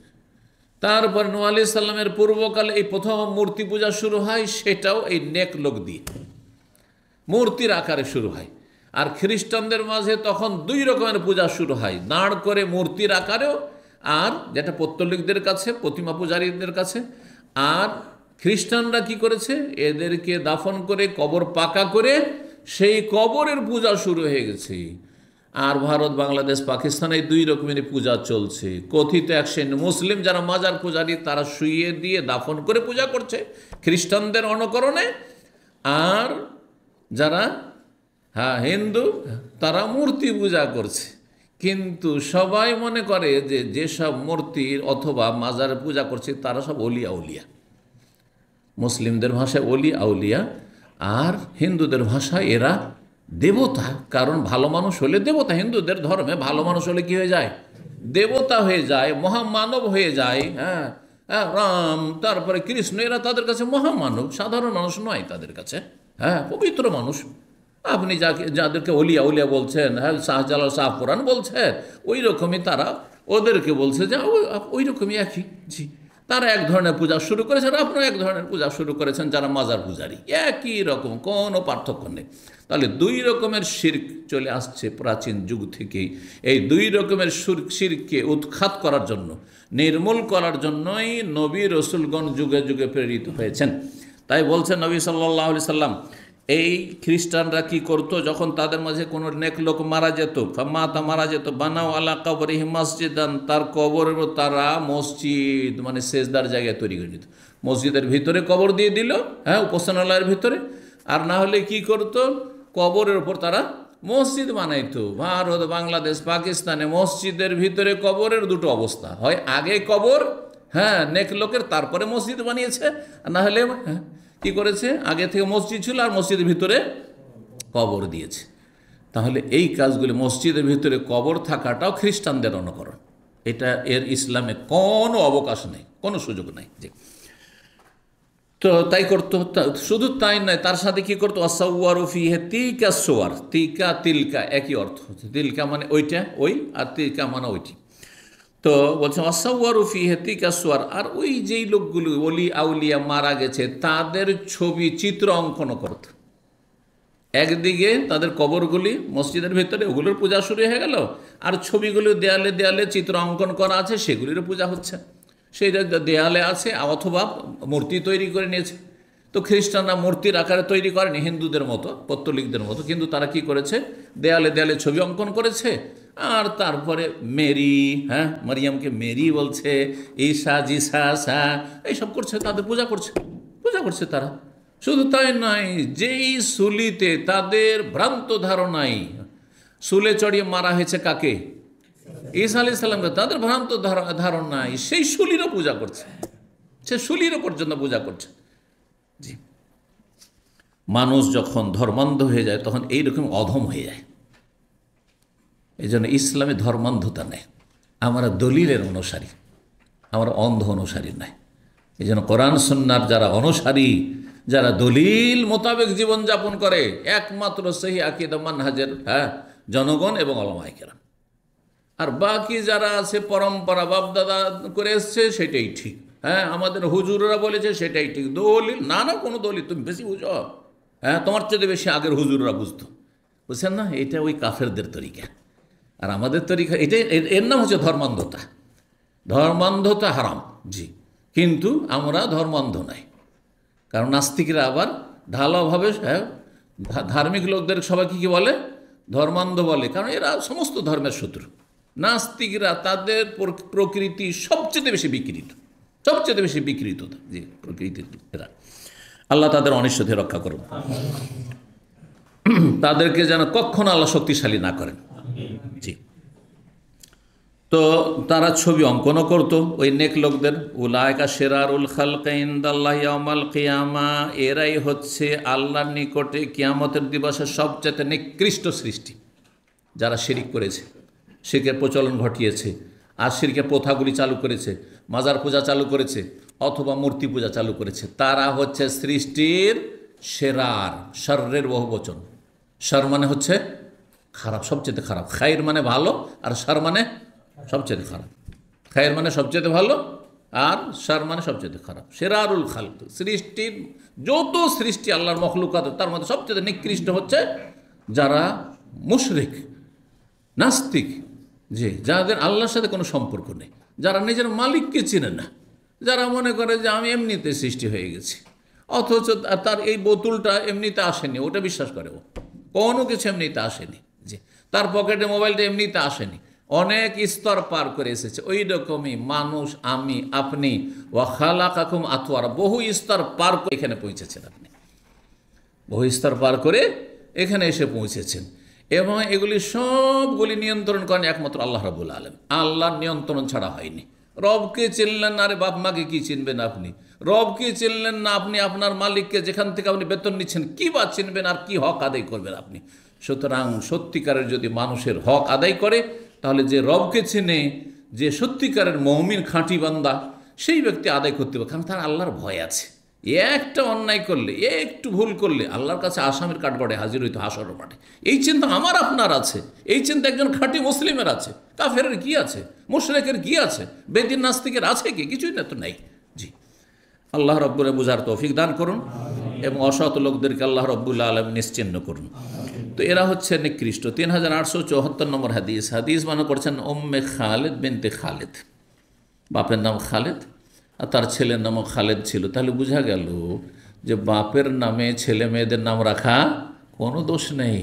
আমাদের দেশ আমার বলে যতদিন বেঁচে আছে ততদিন রাখা যাবে না। আমার নামে আমার এক নাতির নাম রেখেছে, তো এলাকার লোক সব আহলে হাদিস, তারপর ফ্যামিলি সব আহলে হাদিস। আরে এই নাম কেন রাখা হয়েছে? এই নাম বেঁচে আছে যখন, তোমার আব্বা কেন এই নাম রেখেছে? আমার মেয়েকে সে বলে, আশ্চর্য কথা। এটা কোথা থেকে পেলে যে বেঁচে থাকলে বাবা বেঁচে আছে সেজন্য নাম রাখা যাবে না? তার ওই নাম দিয়ে ডাকবে, ওইটা বেয়াদবি হয়ে যাবে। কেউ এক যে হালাত, যে আমার নাম যদি কারো নাম থাকে, অন্য কারো নাম থাকে, তো আমার ছেলে মেয়ে নাকে ডাকলে বেয়াদবি হয়ে যাবে। এটা কোথায় পেলে? বুঝতে পেরেছেন? হ্যাঁ, আমার নাম ধরে ডাক, যদি আমার ছেলে মেয়েরা ডাকে, এইটা বেয়াদবি, বুঝছেন না? হ্যাঁ, বাপ মাকে নাম ধরে ডাকা যাবে না, বাপ মাকে ডাকতে হবে বাবা মা বলে ডাকতে হবে। ইয়া আবাতে, ইব্রাহিম আলাইহিস সালাম কি বলছেন? ইয়া আবাতে বলছে, ইয়া আজার বলেননি, কোরআনের ভাষা।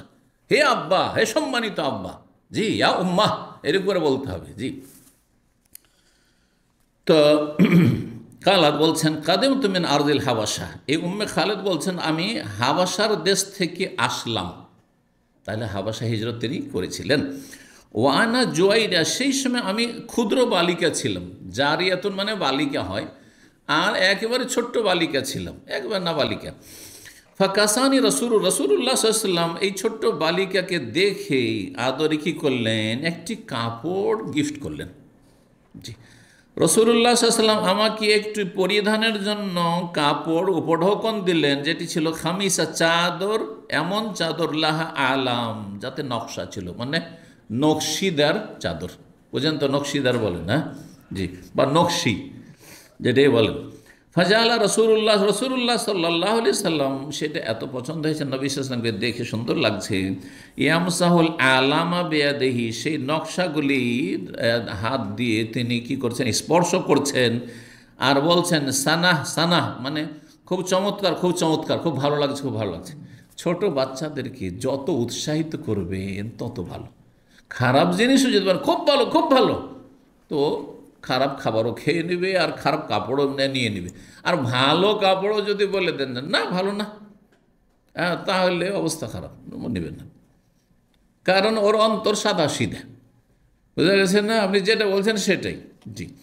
তো নবী সাল্লাল্লাহু এমনিতে ভালো ছিল। সানা, সানা শব্দটির অর্থ হচ্ছে, ইমাম হুমায়দি রাহিমাহুল্লাহ, ইমাম বুখারী ওস্তাদ, তিনি বলছেন ইয়ানি হাসানুন, হাসানুন খুব সুন্দর, খুব সুন্দর, খুব সুন্দর, খুব সুন্দর। এই ভাষাটি সানা প্রকৃত আরবি না, এটি হচ্ছে আবেসিনিয়ার ভাষা, হাবাসার ভাষা। তাহলে এক ভাষায় আর এক ভাষার অনুপ্রবেশ, এটা যুগ যুগ ধরে চলে আসছে। মক্কাতে কিছু কিছু শব্দ হাবাসা আফ্রিকানরা ব্যবহার করে, সেই শব্দগুলি মক্কাতে ব্যবহার হইতো। জি, এইখানে দেখেন আমরা সৌদি আরবে আছি, ঠিক না? কিন্তু এখানেও কিছু কিছু শব্দ আছে, যেই শব্দগুলি আপনার ফার্সি শব্দ। যেমন এই পূর্ব এলাকা, দাম্মাম অঞ্চল, এসব অঞ্চলগুলি, দাম্মাম আলহাসা, এসব অঞ্চলে জানালাকে দারিসা বলে। দারিসা কোনো আরবি না, একেবারে খালেস ফার্সি শব্দ, দারিচা। আমরা ছোটোকালে যখন ফার্সি পড়েছি, 2-3টা সাবজেক্ট ফার্সি পড়েছি। দারিচা মানে হচ্ছে সুব্বাক, আরবিতে যেটা সুব্বাক। সুব্বাক মানে কি? সুব্বাক আরবি শব্দ হচ্ছে সুব্বাক, জানালা, বুঝছেন না? তো এইভাবে আমি আজকে চিন্তা করছিলাম যে বিভিন্ন ভাষা হঠাৎ করে মনে আসে, এই ভাষাটি বাংলাতেও আছে, আরবিতেও আছে। আপনারা কিছু কিছু আঞ্চলিক ভাষাতে বলে মস্কারা করা, বলেন না, বলেন না? যদি আমাদের অঞ্চলের নাই, হ্যাঁ, রহস্য আছে, মজাক আছে, উপহাস আছে, ঠাট্টা আছে, এই শব্দগুলি আছে, কিন্তু মস্কারা শব্দটি আমাদের অঞ্চলে নেই। হ্যাঁ, তো মস্কারা আপনারা বলেন, কিন্তু মস্কারা যদি আপনাদেরকে বলি যে আসল কি, আপনারা বের করতে পারবেন না। কিন্তু আমি যেহেতু কয়েক ভাষা জানি, আমি বের করেছি আপনাদের জন্য। এটি হচ্ছে মাসখারা, আরবি শব্দ একদম, কোরআনে আছে, তোমাদের কেউ কাউকে যেন উপহাস ঠাট্টা না করে। জি, বুঝা গেছে না? ঠাট্টা করা, মজাক করা, রহস্য করা, হ্যাঁ, উপহাস করা, কাউকে হেও করা, কাউকে নিয়ে রহস্য করা, হালকা, যেটাতে কেউ মাইন্ড করবে না, এতটা জায়েজ আছে। একটু বিনোদনের জন্য, একটু হাসি খুশির জন্য যদি জানা থাকে যে মাইন্ড করবেন।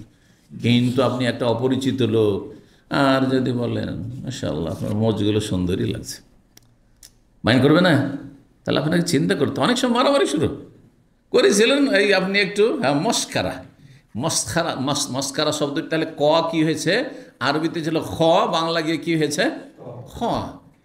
এক ভাষাতেই তো আপনারা ক খ করে দিচ্ছেন, করছেন না? করছেন না? বরং স কে হ করে দিচ্ছেন, প কে হ করে দিচ্ছেন, পানিকে হানি করে দিচ্ছেন, সালাকে হালা করে দিচ্ছেন, এত বড় পরিবর্তন করে দিচ্ছেন, করছেন না? তাহলে কেন হবে না? তো মস্কারা আসলে আরবি কি? মাসখারাতুন, মাসখারাতুন মানে সুখরিয়াতুন। জি, তো আরবি শব্দ বলছেন আপনারা, অনেক আরবি শব্দ বাংলায় ঢুকে আছে। ওই রকমই সানা, সানা, হ্যাঁ, আফ্রিকান শব্দ নবী সাল্লাল্লাহু আলাইহি ওয়াসাল্লামের ভাষায় ব্যবহার হয়েছে মক্কাতে। জি, মানে সুন্দর সুন্দর। 3875 নম্বর হাদিস, আলকামা বলছেন আব্দুল্লাহ মাসউদ রাদিয়াল্লাহু তাআলা আনহু থেকে বর্ণনা করে তিনি বলেন, কুন্না নুসাল্লিমু আলা নবী। আব্দুল্লাহ মাসউদ বলছেন যেহেতু প্রথম দিকে তিনি ইসলাম গ্রহণ করেছিলেন, আর নবী সাল্লাল্লাহু আলাইহি সাল্লাম মেরাজের আগ পর্যন্ত 2 ওয়াক্ত সালাত পড়তেন, 2 ওয়াক্ত সকালবেলা আর সন্ধ্যাবেলা নামাজ পড়তেন। তো বলছেন যে আমরা নবী সাল্লাল্লাহু আলাইহি ওয়াসাল্লাম সালাত অবস্থায় থাকতেন আর আমরা সালাম দিতাম, আসসালামু আলাইকুম, আসসালামু আলাইকা ইয়া রাসূলুল্লাহ, এরকম বলতাম। ফায়ারুদ্দু আলাইনা, সালাত পড়ছেন আর জবাব দিতেন, ওয়ালাইকুম আসসালাম ওয়া রাহমাতুল্লাহ, জবাব দিতেন। নবী সাল্লাল্লাহু প্রথম দিকে জায়েজ ছিল, প্রথম দিকে মক্কায় জায়েজ ছিল। তারপরে বলছেন ফালাম্মা রাজানা ইনদান মিন ইনদিন নাজাশি, যখন আমরা ফিরে আসলাম নাজাশির নিকট হতে, মানে নাজাশি হচ্ছে আবেসিনিয়ার রাজা, যেহেতু সেই রাজার দেশ থেকে ফিরে আসলাম, মানে আবেসিনিয়াতে হিজরত করে গিয়েছিলাম, ওখান থেকে মদিনা যখন ফিরে আস, তাহলে মক্কাতে পারমিশন ছিল, মদিনাতে প্রথম পারমিশন ছিল। যখন সূরা বাকারা আয়াত নাযিল হইল যে হাফিজু আলাস সালাতি ওয়াস সালাতিল উস্তা ওয়া কুমু লিল্লাহি কানিতিন, সালাতের হেফাজত করো, আর বিশেষ করে যে মধ্যবর্তী সালাত আসরের নামাজ, এটার আরও গুরুত্বের কথা আল্লাহ বলছেন। তারপর কুমু লিল্লাহি, আল্লাহর সামনে দাঁড়াও, কানিতিন মানে নীরব হয়ে, চুপ হয়ে। এই আয়াত নাজেলের পরে সাহাবী বলছেন ফাউমের নাবি সুকুত ও নহিন আনিল কালাম, সেই দিন থেকে আয়াত নাজেল হওয়া থেকে আমাদেরকে বলা হয় নামাজ অবস্থায় কোনো কথা মানুষের সাথে বলা যাবে না, জবাব দেওয়া যাবে না, কোনো জিজ্ঞাসা করলে উত্তর দেওয়া যাবে না, আর আমাদের কথা বলতে নিষেধ করা হইলো, আর নীরবতার নির্দেশ দেওয়া হইলো। তখন আর জবাব দেন না, যেহেতু সালাম দিয়ে দিয়ে গিয়েছেন সাহাবীরা। আসার পরে দেখছেন নবী নামাজ পড়ছেন, এসে আবার ওই রকমই আগের তরিকাতে সালাম দিচ্ছেন, আসসালামু আলাইকা ইয়া রাসূলুল্লাহ, আসসালামু আলাইকুম। নবী জবাব দিচ্ছেন না, হাতের ইশারায় জবাব দিতে পারবেন অবশ্যই। হাদিসে কি আছে, যদি কেউ সালাম বলে আপনাকে কি বলবেন, এরকম করতে পারেন, আপনি এইভাবে করতে পারেন, অথবা এরকম করতে পারেন হাতের ইশারায়। কিন্তু মুখে যদি বলে ওয়ালাইকুম আসসালাম, মানে মানুষের সাথে কথা বললেন, নামাজ বাতিল হয়ে যাবে। এই জন্য ইয়ারহামুকাল্লাহ বলা যাবে না, আলহামদুলিল্লাহ পর্যন্ত আস্তে করে বলেন, কারণ অনেক মূর্খ লোক আছে মাসলা জানে না। আপনার হাসি পড়েছে আর দিলেন আলহামদুলিল্লাহ জোরে বললে, তারপরে দিল আপনার উত্তর ইয়ারহামুকাল্লাহ, আল্লাহ রহম করুক তোমার উপর, নামাজ বাতিল হয়ে গেল, নামাজ বাতিল হয়ে গেল।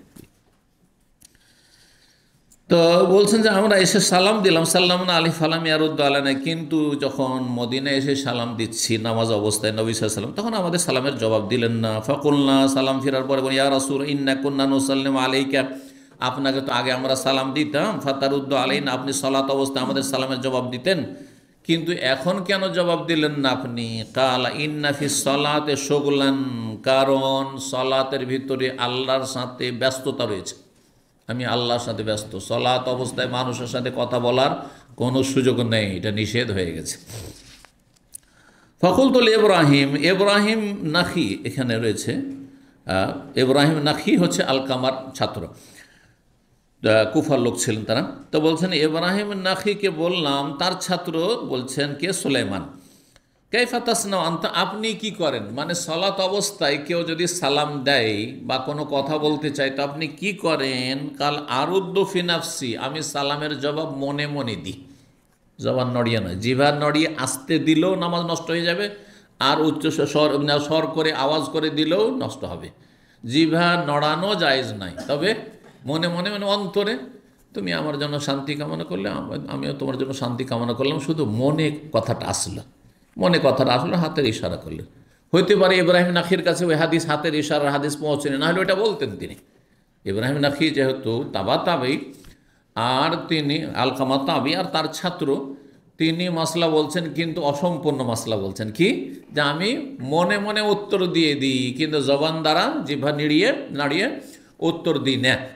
তার মানেই তার ইশারা করার হাদিসটি হয়তো অবগত ছিলেন না তিনি। জি, 3876 নম্বর হাদিস, হাদিস বর্ণনা করেছেন আবু মুসা আশআরী রাদিয়াল্লাহু আনহু, তিনিও হাবাসা হিজরত করে গিয়েছিলেন। বলছেন বালাগানা মাখরাজুন নবী ওয়া নাহনু বিল ইয়ামান, আমাদের কাছে সংবাদ পৌঁছিল যে নবী সাল্লাল্লাহু আলাইহি ওয়াসাল্লামের আবির্ভাব হয়েছে, বেরিয়ে এসছেন, মানে তিনি নবী হয়েছেন, নবুয়ত পেয়েছেন। তখন আমরা ইয়ামান দেশে বসবাস করতাম, যেহেতু আশআরী বংশ তখনকার ইয়ামানে, মানে আজকালকার ইয়ামানের বর্ডারে, জি, আবহা বাহা ওইসব অঞ্চলের লোক ছিলেন।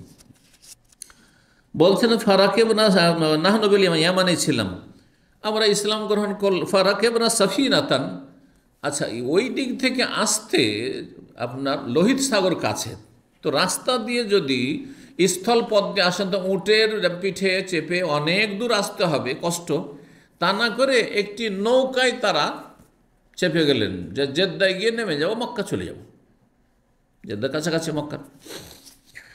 তো বলছেন যে ফারাকিবনা সাফিনাতান, একটি নৌকায় আমরা আরোহণ করলাম। আলকাতনা সাফিনাতুন ইলা নাজাশি বিল হাবাসা, কিন্তু আমাদের নৌকায় দিক আমরা ভুল করে আমাদের নৌকা আমাদেরকে নিয়ে গিয়ে পৌঁছে দিল কোথায়? হাবাসায় পৌঁছে দিল। এটা হয়? জি, জানি না আপনারা ইংরেজদের ইতিহাস বেশি জানেন, কিন্তু আপনারা কি জানেন যে ইংরেজরা যে ভারতটা দখল করেছিল, তাদের স্বপ্ন ছিল আমেরিকা, নাম শুনেছে আমেরিকা যাবে। হ্যাঁ হ্যাঁ, কিন্তু আমেরিকা না গিয়ে, না, তার কারণ উল্টাটা বলছি, যে তারা হয়তো ভারত আসতে চাইছিল, যে আমেরিকা আবিষ্কার করে, কিন্তু তার সেখান থেকে ইউরোপ থেকে বেরিয়ে যে আমেরিকার আবিষ্কারকারী, তার নামটা গিয়ে বলতে পারেন না? মাশাআল্লাহ, কলম্বাস, ঠিক। তো সে কোথায় পৌঁছে গেল? গিয়ে এমন একটা ভূমিতে গিয়ে পৌঁছে গেল, নতুন দেশ। আমি তো চেয়েছিলাম যে ভারত যাব, কারণ ভারত হচ্ছে স্বর্ণের পাখি শুনেছিল, আর আসলে স্বর্ণের পাখি। পৃথিবীর সবচাইতে ধনী দেশ তখনকার অখণ্ড ভারত ছিল, ভারত বাংলাদেশ, আর বাঙালি জাতি সবচেয়ে ধনী ছিল। এই জন্য সবচেয়ে বেশি জুলম অত্যাচার করেছে ইংরেজ অভিশপ্তরা এই বাঙালি জাতির ওপর। এটাও ইতিহাস রাখেন ভালো করে। আর সবচেয়ে গরিব হয়েছে, কারণ এদের নিষ্পেষণ, এদের নিপীড়ন সবচেয়ে বেশি হয়েছে। জি, আর সবচেয়ে ঘনবস্তি কেন? কারণ যেখানে আহার থাকে সেখানে মানুষ জড়ো হয় গিয়ে, তো এই জন্যই ঘনবস্তি সবচেয়ে বেশি। গোটা ভারতের মধ্যে এখনও সবচাইতে বেশি পশ্চিমবঙ্গ আর বাংলাদেশ, আসাম, এখানে কেন সবচেয়ে জনবস্তি বেশি? এর কারণই হচ্ছে এটি, কারণ এই সব এলাকা ছিল সমৃদ্ধ এলাকা, এসব দেশ ছিল সমৃদ্ধ দেশ। জি, তো এর লোভে এসেছিল। তো ওই রকমই আসতে চাইছিল কোথায়? ইসলাম গ্রহণের জন্য, নবীর সাথে দেখা করার জন্য মক্কা। সেখানে না এসে কোথায় পৌঁছে গেছে? হাবাসা পৌঁছে গেছে। ওখানে গিয়ে দেখে যে অলরেডি বেশ কিছু সাহাবাই কেরামুন মক্কায় যেহেতু মজলুম ছিলেন, তারা হিজরত করে চলে গেছে। তাদের একজন শীর্ষস্থানীয় প্রধান যিনি ছিলেন, তিনি ছিলেন জাফর বিন আবি রাসূলুল্লাহ, চাচাতো ভাই, আলীর বড় ভাই। বলছে ফাওয়াফাকনা জাফর বিন আবি তালেব, সেখানে গিয়ে আমরা জাফর বিন আবি তালেবকে পেয়ে গেলাম। জি, ফাকামনা মাহু, তার সাথে সেখানে অবস্থান করতে লাগলাম, আর তার কাছেই কলেমা পড়ে মুসলমান হয়ে গেলাম। হাত্তা কাদেমনা, তারপরে সেখান থেকে আমরা ফিরে আসলাম। ফাওয়াফাকনা, এসে মদিনায় পেলাম নবী সাল্লাল্লাহু আলাইহি ওয়াসাল্লামকে। কখন? দীর্ঘ সময় পরে, নবী সাল্লাল্লাহু হিজরতের প্রায় 6 বছর পরে, 7ম হিজরিতে, খয়বরের যুদ্ধের সময়। 6-7 বছর তাহলে তারা কোথায় অবস্থান করেছেন? জি, তো হিনা ইফতাহ খয়বার, যখন খয়বরের বিজয় হয়েছে, সরাসরি খয়বরের প্রান্তে এসে পৌঁছেছেন। জি, নবী সাল্লাল্লাহু আলাইহি ওয়াসাল্লাম তখন বললেন, লাকুম আনতুম ইয়া আহলাস সাফিনাতে হিজরাতান, হে নৌকাবাসীরা, মানে হে নৌকার আরোহীরা, যারা নৌকায় চড়ে কোথায় গেছিলে? হাবাসা গেছিলে। আবার নৌকায় চেপে সেই হাবাসা থেকে আবার কোথায় এসছ? এই মদিনা পৌঁছেছে। তো মদিনার কাছে তো সাগর নেই, তো কোথায় নেমেছে এসে তাহলে? হ্যাঁ, লোহিত সাগর কাছাকাছি হচ্ছে, বদর একটু আগে ওখানে, তো এইখানে এসে নেমেছেন কাছাকাছি। হে নৌকার আরোহীরা, তোমাদের জন্য কি রয়েছে? 2 হিজরতের সওয়াব রয়েছে। প্রথম এক হিজরত হচ্ছে হাবাসার, অনিচ্ছাকৃত হিজরত কিন্তু হয়েছে। প্রথম কিন্তু ওখানকার উদ্দেশ্যে যায়নি, কিন্তু চলেই গেছি, কষ্ট করে পৌঁছে গেছি, আর ইসলাম পেয়েও গেলাম, আর ইসলাম শিখাবার মতো জাফর বিন আবি তালেব আর কিছু সাহাবাই কেরামকে পেয়ে গেলাম, তার নবী সাল্লাল্লাহু আলাইহি ওয়াসাল্লামের কাছ থেকে দিন শিখে গেছেন। ওইখানেই থেকে গেলাম, আর সবাই আছে, তখন শান্তিতে আছি, থেকে যাই ওইখানে। আর যখন শুনতে পেলাম যে নবী সাল্লাল্লাহু আলাইহি ওয়াসাল্লাম হিজরত করে চলে গেছেন মদিনা, কারণ খবরগুলো সাগর পার হয়ে পৌঁছিতে সময় লাগে, তো আস্তে আস্তে 6-7 বছর হয়েই গেছে, এসে খয়বরের যুদ্ধের সময় পৌঁছেছেন। 38 নম্বর অধ্যায় বলছেন বাবু মওতিন নাজাশি। অধ্যায় হচ্ছে বাদশাহ নাজাশির মৃত্যু সম্পর্কে। নাজাশি হাবাসা আবেশিনিয়ার রাজার উপাধি, তার নাম ছিল আসহামা। যেমন মেসরের রাজা, প্রাচীন যুগে মেসরের যারা কিপ্তি বংশের রাজা হইতো, তাদেরকে ফেরাউন বলা হইতো। মেলা ফেরাউন এসেছে, তার মধ্যে এক ফেরাউন যে মুসা আলাইহিস সালামের যুগের ফেরাউন, বুঝছেন না? যেমন ভারতের হিন্দু রাজাদেরকে মহারাজা বলা হইতো, কি বলা হইতো? মহারাজা বলা হইতো। তো বলছেন 3877 নম্বর হাদিসে জাবের রাদিয়াল্লাহু তাআলা আনহু, নবী সাল্লাল্লাহু আলাইহি ওয়াসাল্লাম বলেন, হিনা মাতান নাজাশি, যখন নাজাশির ইন্তেকাল হল, ওহী মারফত নবী জানতে পারলেন, নবী সাল্লাল্লাহু আলাইহি ওয়াসাল্লাম মদিনায় বললেন, মা তালিয়া উমার রাজুলুন সালিহুন, আজকে একজন নেক ব্যক্তি মারা গেছে। ফাকুমু, চলো তোমরা সবাই দাঁড়াও। ফাসাল্লু আলা আখিকু, তোমাদের ভাইয়ের জানাজার সালাত পড়ো। আসহামা, যার নাম হচ্ছে আসহামা, এই নাজাশির নাম ছিল আসহামা, এই সহিহ বুখারীর হাদিস আসলো। তো এই জানাজার নাম কি? আমাদের দেশে শরীয়তের ভাষা হচ্ছে গায়েবানা জানাজা, গায়েবানা জানাজা। আর সলাত আলাল গায়েব, এটাকে আরবিতে বলা হয় সলাত আলাল গায়েব, লাশ উপস্থিত নেই কিন্তু জানাজা। এটি সবার চলবে, এটা শাফি মজহাব। এই জন্য কেরালারা যদু মধু যেই মরে, এখানে বিভিন্ন কোম্পানিতে যারা আছেন সবার গায়েবানা জানাজা ওদের হইতে থাকে, বুঝতে পারছেন? কার মা মরেছে, কার খালা মরেছে, কার ছেলে মরেছে, কার মেয়ে মরেছে, সব চলতে থাকে প্রতিদিন এদের গায়েবানা জানাজা। এখানে কেরালা মেজরিটি আছে, কারণ শাফি মজহাবের অনুসারী ওরা। হানাফিদের কাছে সরাসরি এর বিপরীত ফতোয়া, যে যার শুধু জানাজা হয়নি তার জানাজা হবে, আর কারও গায়েবানা জানাজা নেই। এটা সবচেয়ে কড়া ফতোয়া বলা হানাফিদের, হ্যাঁ, বুঝছেন না?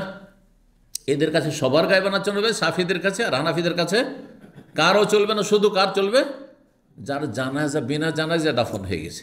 তা আসলে এই নাজাশির রাজার দেশে কোনো মুসলিমই ছিল না, একা গোপনে রেখেছেন ইসলাম, কারণ ইসলাম প্রকাশ করলে তাকে মেরে দিত। আবার রাজত্ব তো যেত যেত, তার জীবনটাই শেষ করে দিত, সেই জন্য তিনি প্রকাশই করতে পারেননি। নবী সাল্লাল্লাহু আলাইহি ওয়াসাল্লাম জানছিলেন, সাহাবীরা ভিতরে ভিতরে জানছিলেন, ভিতরে ভিতরে সে ইসলাম গ্রহণ করেছে। সুতরাং নবী সাল্লাল্লাহু আলাইহি ওয়াসাল্লামের ওপর ফারজে কিফায়া, সাহাবায়ে কেরামদের ওপর যে ফরজ, যে তার জানাজা হইতে হবে। আপনার কোনো মুসলিম ভাই কোথাও মারা গেছে আর জানছে যে জানাজা হয়নি, এমনি অমুসলিমরা হয়তো কোথাও দাফন করে দিয়েছে, অথবা লাশ গুম হয়ে গেছে, কেউ জানাজা পড়েননি, মুসলিমদের ফরজ জানাজা পড়তে হবে, জানাজা পড়তে হবে যদি সে মুসলিম হয়। জি, তো এটি হচ্ছে হানাফি ফতোয়া। আর মাঝামাঝি ফতোয়া হচ্ছে অন্যান্যদের, হাম্বলি ওলামাদের, আরও বেশ কিছু ওলামাদের, আহলে হাদিস অধিকাংশ ওলামাদের, যে জানাজা যার হয়নি তারও পড়া যাবে, আর বিশিষ্ট ব্যক্তি যার দ্বারা ইসলামের বড় খেদমত হয়েছে তারও জানাজা পড়া যাবে। যার দ্বারা ইসলামের কি হয়েছে? বড় খেদমত, ছোটো মোটো খেদমত নাই। কারণ যে কোনো মাদ্রাসা পড়ায় আলেম হয়েছে, সহি আকীদা, ও দুই একজন তো হেদায়েত হয়েছে, 4জন 10জন তো হেদায়েত হয়েছে, সেগুলো আর পড়বেন? হ্যাঁ, যে কোনো রাষ্ট্রনেতার জানাজা পড়তে লাগবেন? না না না, যার দ্বারা ইসলামে, যদি দেখেন যে কোনো রাষ্ট্রনেতা তার রাষ্ট্রীয় ক্ষমতার মাধ্যমে ইসলামের খেদমত হয়েছে, অথবা কোনো বড় আলেম, হ্যাঁ, তার দ্বারা দিনের খেদমত হয়েছে, বড় দায়ী, তার দ্বারা দিনের খেদমত বড় কিছু হয়েছে, তখন তার গায়েবানা জানাজা পড়তে পারবেন। এই মাঝামাঝি মতটি আমাদের কাছে বেশি প্রাধান্যযোগ্য, যদিও বিষয়টিতে ইখতিলাফ আছে। কয়টি মত শুনলেন? 3টি মতের মধ্যে মাঝামাঝি যে মতটি, সেটিকে আমরা প্রাধান্য দিয়ে থাকি। এই জন্য সৌদি আরবে বিশিষ্ট ব্যক্তিদের, হ্যাঁ, ওলামা শাইখ ইবনে বাজের গায়েবানা জানাজা, শাইখ ইবনে উসাইমিন বা অন্যান্যদের, শেখ আলবানী, এইরকম বড় বড় ওলামাদের জানাজা এখানে গায়েবানা জানাজা হয়ে থাকে, বা বিভিন্ন শাসকদের। জি, 3878 নম্বর হাদিস বর্ণনা করছেন জাবের বিন আব্দুল্লাহ আনসারী রাদিয়াল্লাহু আনহু, আন্না নবী সাল্লাল্লাহু আলাইহি ওয়াসাল্লাম সাল্লা আলা নাজাশি। ওই নাজাশি সম্পর্কে একটা হাদিস আসছে, একই হাদিস বারবার করে বিভিন্ন শব্দের পার্থক্যের সাথে।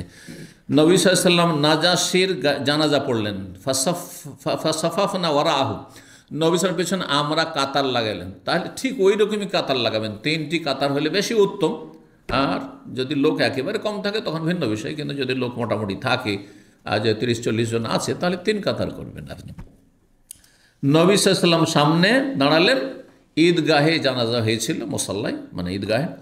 মসজিদে জায়েজ জানাজা পড়া, কিন্তু যদি খোলা মাঠে পড়েন বা কবরস্থানের আশেপাশে গিয়ে পড়েন অথবা ঈদগাহে পড়েন ভালো, কিন্তু মসজিদে জায়েজ। হানাফি মাযহাব মসজিদে জানাজা জায়েজ নয়, অথচ বেশ কয়েকজন সাহাবায়ে কেরামদের মসজিদে নববীতে জানাজা হয়েছে। জি, সোহেল বিন বাইজার জানাজা নবী সাল্লাল্লাহু আলাইহি ওয়াসাল্লাম মসজিদ নববীতে পড়েছেন।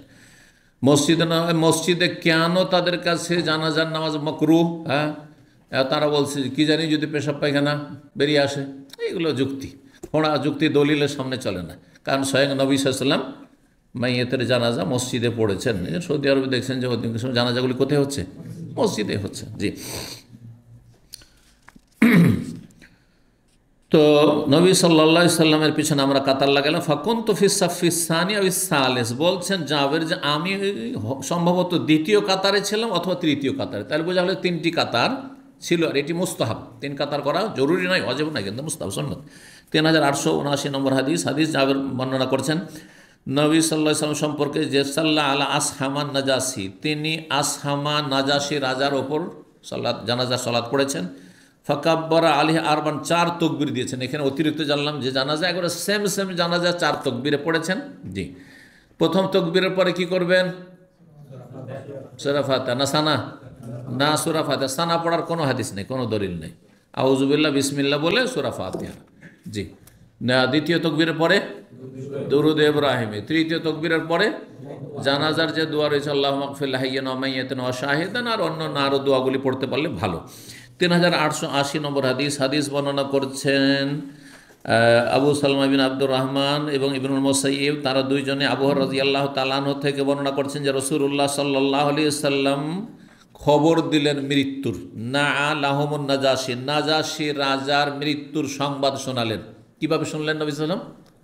ওহীর মাধ্যমে। জিবরাইল আলাইহিস সালাম আসছেন আর বলছেন যে আজকে নাজাশি রাজা মারা গেছে সাগরের ওপারে, ওখান থেকে আল্লাহ আসমান থেকে খবর পৌঁছাচ্ছেন। জি, কোনো মাধ্যম নেই। সাহেব আল হাবাসাতে, মানে হাবাসার অধিপতি, হাবাসার রাজা। ফিল ইয়াউমিল্লাযী মাতা ফি, কোন দিনে বিলম্বে নয়, যেই দিনে ইন্তেকাল হয়েছে সেই দিনেই, যেদিন ইন্তেকাল হয়েছে সেই দিনেই নবী সাল্লাল্লাহু আলাইহি ওয়াসাল্লামের কাছে খবর আসমান থেকে চলে এসেছে, ওই দিনেই জানাজা হয়েছে, আর ওই দিনে তার দাফন হয়ে গেছে ওখানে বিনা জানাজায়। ওয়াকাল, সাহাবীরা সেখানে জানাজা পড়তে পারেননি, কারণ সেখানে ওই পরিবেশ কাফেরদের, কারণ জানতে তো দেয়নি কাউকে, সমাজ জানে জানাজা পড়তে দেবে। একটা অমুসলিমের জানাজা যদি আপনার পড়তে দেবে, অমুসলিমের থাকলে সেখানে কখনো পড়তে দেবে না। তো বলছে ইস্তাগফিরু লিআখিকুম, তোমাদের ভাইয়ের জন্য তোমরা ক্ষমা প্রার্থনা করো। তাহলে মুসলিম ভাই যেখানে থাকুক না কেন, যে ভাষাভাষী কোনো মুসলিমরা ভাই ভাই। জি, এই ছিল হাদিস। আর সর্বশেষ বা আরেকটি অধ্যায় আমরা পড়ে নিই। 3881 নম্বর হাদিস বর্ণনা করছেন আবু হুরায়রা রাদিয়াল্লাহু তাআলা আনহু, রাসূলুল্লাহ সাল্লাল্লাহু আলাইহি ওয়াসাল্লাম কি করলেন? সাফফা বিহিম ফিল মুসাল্লা, ঈদগাহে জানাজার কাতার লাগালেন। এই যে একটু আগে ঈদগাহ বললাম না, তাহলে কয়েকটা যে হাদিস নিয়েছে, এক একটি হাদিসে অতিরিক্ত কিছু কথা আছে। কোনোটাই আপনার নাজাশের নাম আছে, কোনোটায় কয়েক কাতার লেগেছিল, দ্বিতীয় কাতার তৃতীয় কাতারের কথা আছে, কোনোটাতে রয়েছে যে ঈদগাহে এই জানাজা অনুষ্ঠিত হয়েছিল। ফাসাল্লা আলাইহি সালাত আদায় করে জানাজার ওয়াকাব্বার, আর 4 তাকবীর দিলেন। সর্বশেষ একটি অধ্যায় এবং একটি হাদিস দিয়ে শেষ করছি। 39 নম্বর অধ্যায় হচ্ছে বাবু তাকাসুমিল মুশরিকিন আলান নবী সাল্লাল্লাহু আলাইহি সাল্লাম। এই অধ্যায় হচ্ছে নবী সাল্লাল্লাহু আলাইহি সাল্লামের বিরুদ্ধে কাফের মুশরিক যে মক্কার, তাদের শপথ গ্রহণ যে নবী মুহাম্মদ সাল্লাল্লাহু আলাইহি সাল্লামের সাথে সমস্ত ক্ষেত্রে বয়কট করতে হবে, যে বয়কটের কথা। আর আবি তালেব তাদেরকে এক ঘরে করে দিতে হবে। আর নবীর যে সাথ মুহাম্মাদের সাথ দিবে সাল্লাল্লাহু আলাইহি সাল্লাম, তাদের সাথে বয়কট করতে হবে। বিয়ে শাদী না, কেনা বেচা নয়, কথাবার্তা নয়, কোনো কিছু নয়, কোনো কিছু দেবে না। আল্লাহু আকবার। এত দুর্ভিক্ষ নেমে এসেছিল যে নবী সাল্লাল্লাহু আলাইহি ওয়াসাল্লাম সাহাবায়ে কেরামদেরকে চামড়া আর কত কি, যে গাছের বাকল আর পাতা এসব খেয়ে দিনপাত করতে হয়েছে। এই রকম কষ্ট ইসলামের জন্য তার বরদাস্ত করেছেন। কতটুকু কষ্ট করছেন আলহামদুলিল্লাহ বলুন, যে আল্লাহ আমাদের এই দুর্বল ইমানে যে আছি, এতে আমাদেরকে বড় পরীক্ষা ফেলেননি আল্লাহ রাব্বুল আলামিন, অনেক ভালো রেখেছেন। না হলে পরীক্ষা পড়লে দিন হারা দুনিয়া হারা সব হারিয়ে দিতেন। 3882 নম্বর হাদিস বর্ণনা করেছেন আবু হুরায়রা রাদিয়াল্লাহু তাআলা আনহু, বলছেন রাসূলুল্লাহ সাল্লাল্লাহু আলাইহি ওয়াসাল্লাম বললেন, হিনা আরাদা হুনাইনের যুদ্ধে যখন যেতে চাইলেন মক্কা বিজয়ের পরে, সময়টা ছিল 8ম হিজরির রমজানের পরে, শাওয়াল জিলকাদ এই সময়গুলি, মানে 8ম হিজরির মক্কা বিজয়ের পরে শেষ দিকে, একবারে শেষ দিকে, আর 9ম হিজরির প্রথম দিকে। তো যখন হুনাইনে যাওয়ার জন্য ইচ্ছুক হলেন, হুনাইন যুদ্ধে যাব বলে, মানজিলুন আগাদান, মক্কা থেকে তিনি রওনা দেবেন এবং সাহাবায়ে কেরামগণ রওনা দেবেন যুদ্ধ করার জন্য। তো বলে সাকিফ গোত্র, খুব দুর্দান্ত গোত্র ছিল, যারা মক্কার তায়েফের মাঝামাঝি একটা এলাকায় বসবাস করত। বলছেন আমাদের অবস্থান আগামীকালকে ইনশা আল্লাহ, আল্লাহ চাইলে কোথায় হবে? বেখাইফে বানি কেনার, বানু কেনানার চত্বরে, বনু কেনানা বংশের গোত্রের এলাকায় সেখানে আমরা জমায়েত হব, মানে একত্রিত হব, আর সেখান থেকে আমরা হুনাইনের যুদ্ধে একসাথে রওনা দেব। এই খাইফে বনু কেনানায় হচ্ছে মাথা বা আবতাহ, আপনার মেনা থেকে বেরিয়ে এসে, জামরাত থেকে বেরিয়ে এসে যে এলাকাটি মোয়াল্লা, যে কবরস্থান, আর তা ওইদিকে আপনার যে আপনার শিশা বা আজিজিয়া শিশা, এই মাঝামাঝি জায়গায় বিস্তারিত একবার আলোচনা করেছি। ওই জায়গাটির কয়েকটি নাম আবতা বলা হয়েছে, মুহাসাব বলা হয়েছে, যেখানে রাত্রি কাটিয়েছেন নবী সাল্লাল্লাহু আলাইহি সাল্লাম বিদায় হজের সময়। ওই জায়গায় একত্রিত হয়েছিলেন, তারপরে সেখান থেকে গিয়েছিলেন জেহাদের জন্য হুনাইনের যুদ্ধে। হাইসো তাকাসামু আলাল কুফরে, যেই জায়গায় মক্কার কাফের মুশরিকরা কুফরির ওপর অটল থেকে নবী সাল্লাল্লাহু বিরুদ্ধে তারা শপথ গ্রহণ করেছিল যে সবাই শপথ করো যে নবীর সাথে আর নবীর সাথী সঙ্গীদের সাথে কেনা বেচা, লেনদেন, ব্যবসা বাণিজ্য, চলাফেরা কোনো কিছু করবে না, তাদেরকে একবারে করতে হবে। এই জায়গাটি সেই জায়গায় ছিল। তো এখানে আজকের আলোচনা শেষ করছি। ওয়া জাযাকুমুল্লাহু খাইরান।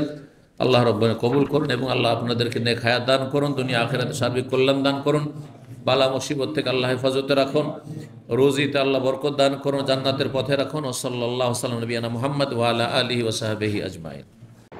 ইন্নাল মুসলিমিনা ওয়াল মুসলিমাতি ওয়াল মুমিনিনা ওয়াল মুমিনাতি ওয়াল কানিতিনা ওয়াল কানিতাত والقانتين والقانتات والصادقين والصادقات والصابرين والصابرات والخاشعين والخاشعات والخاشعات والمتصدقين والمتصدقات والصائمين والصائمات والحافظين فروجهم والحافظات والذاكرين الله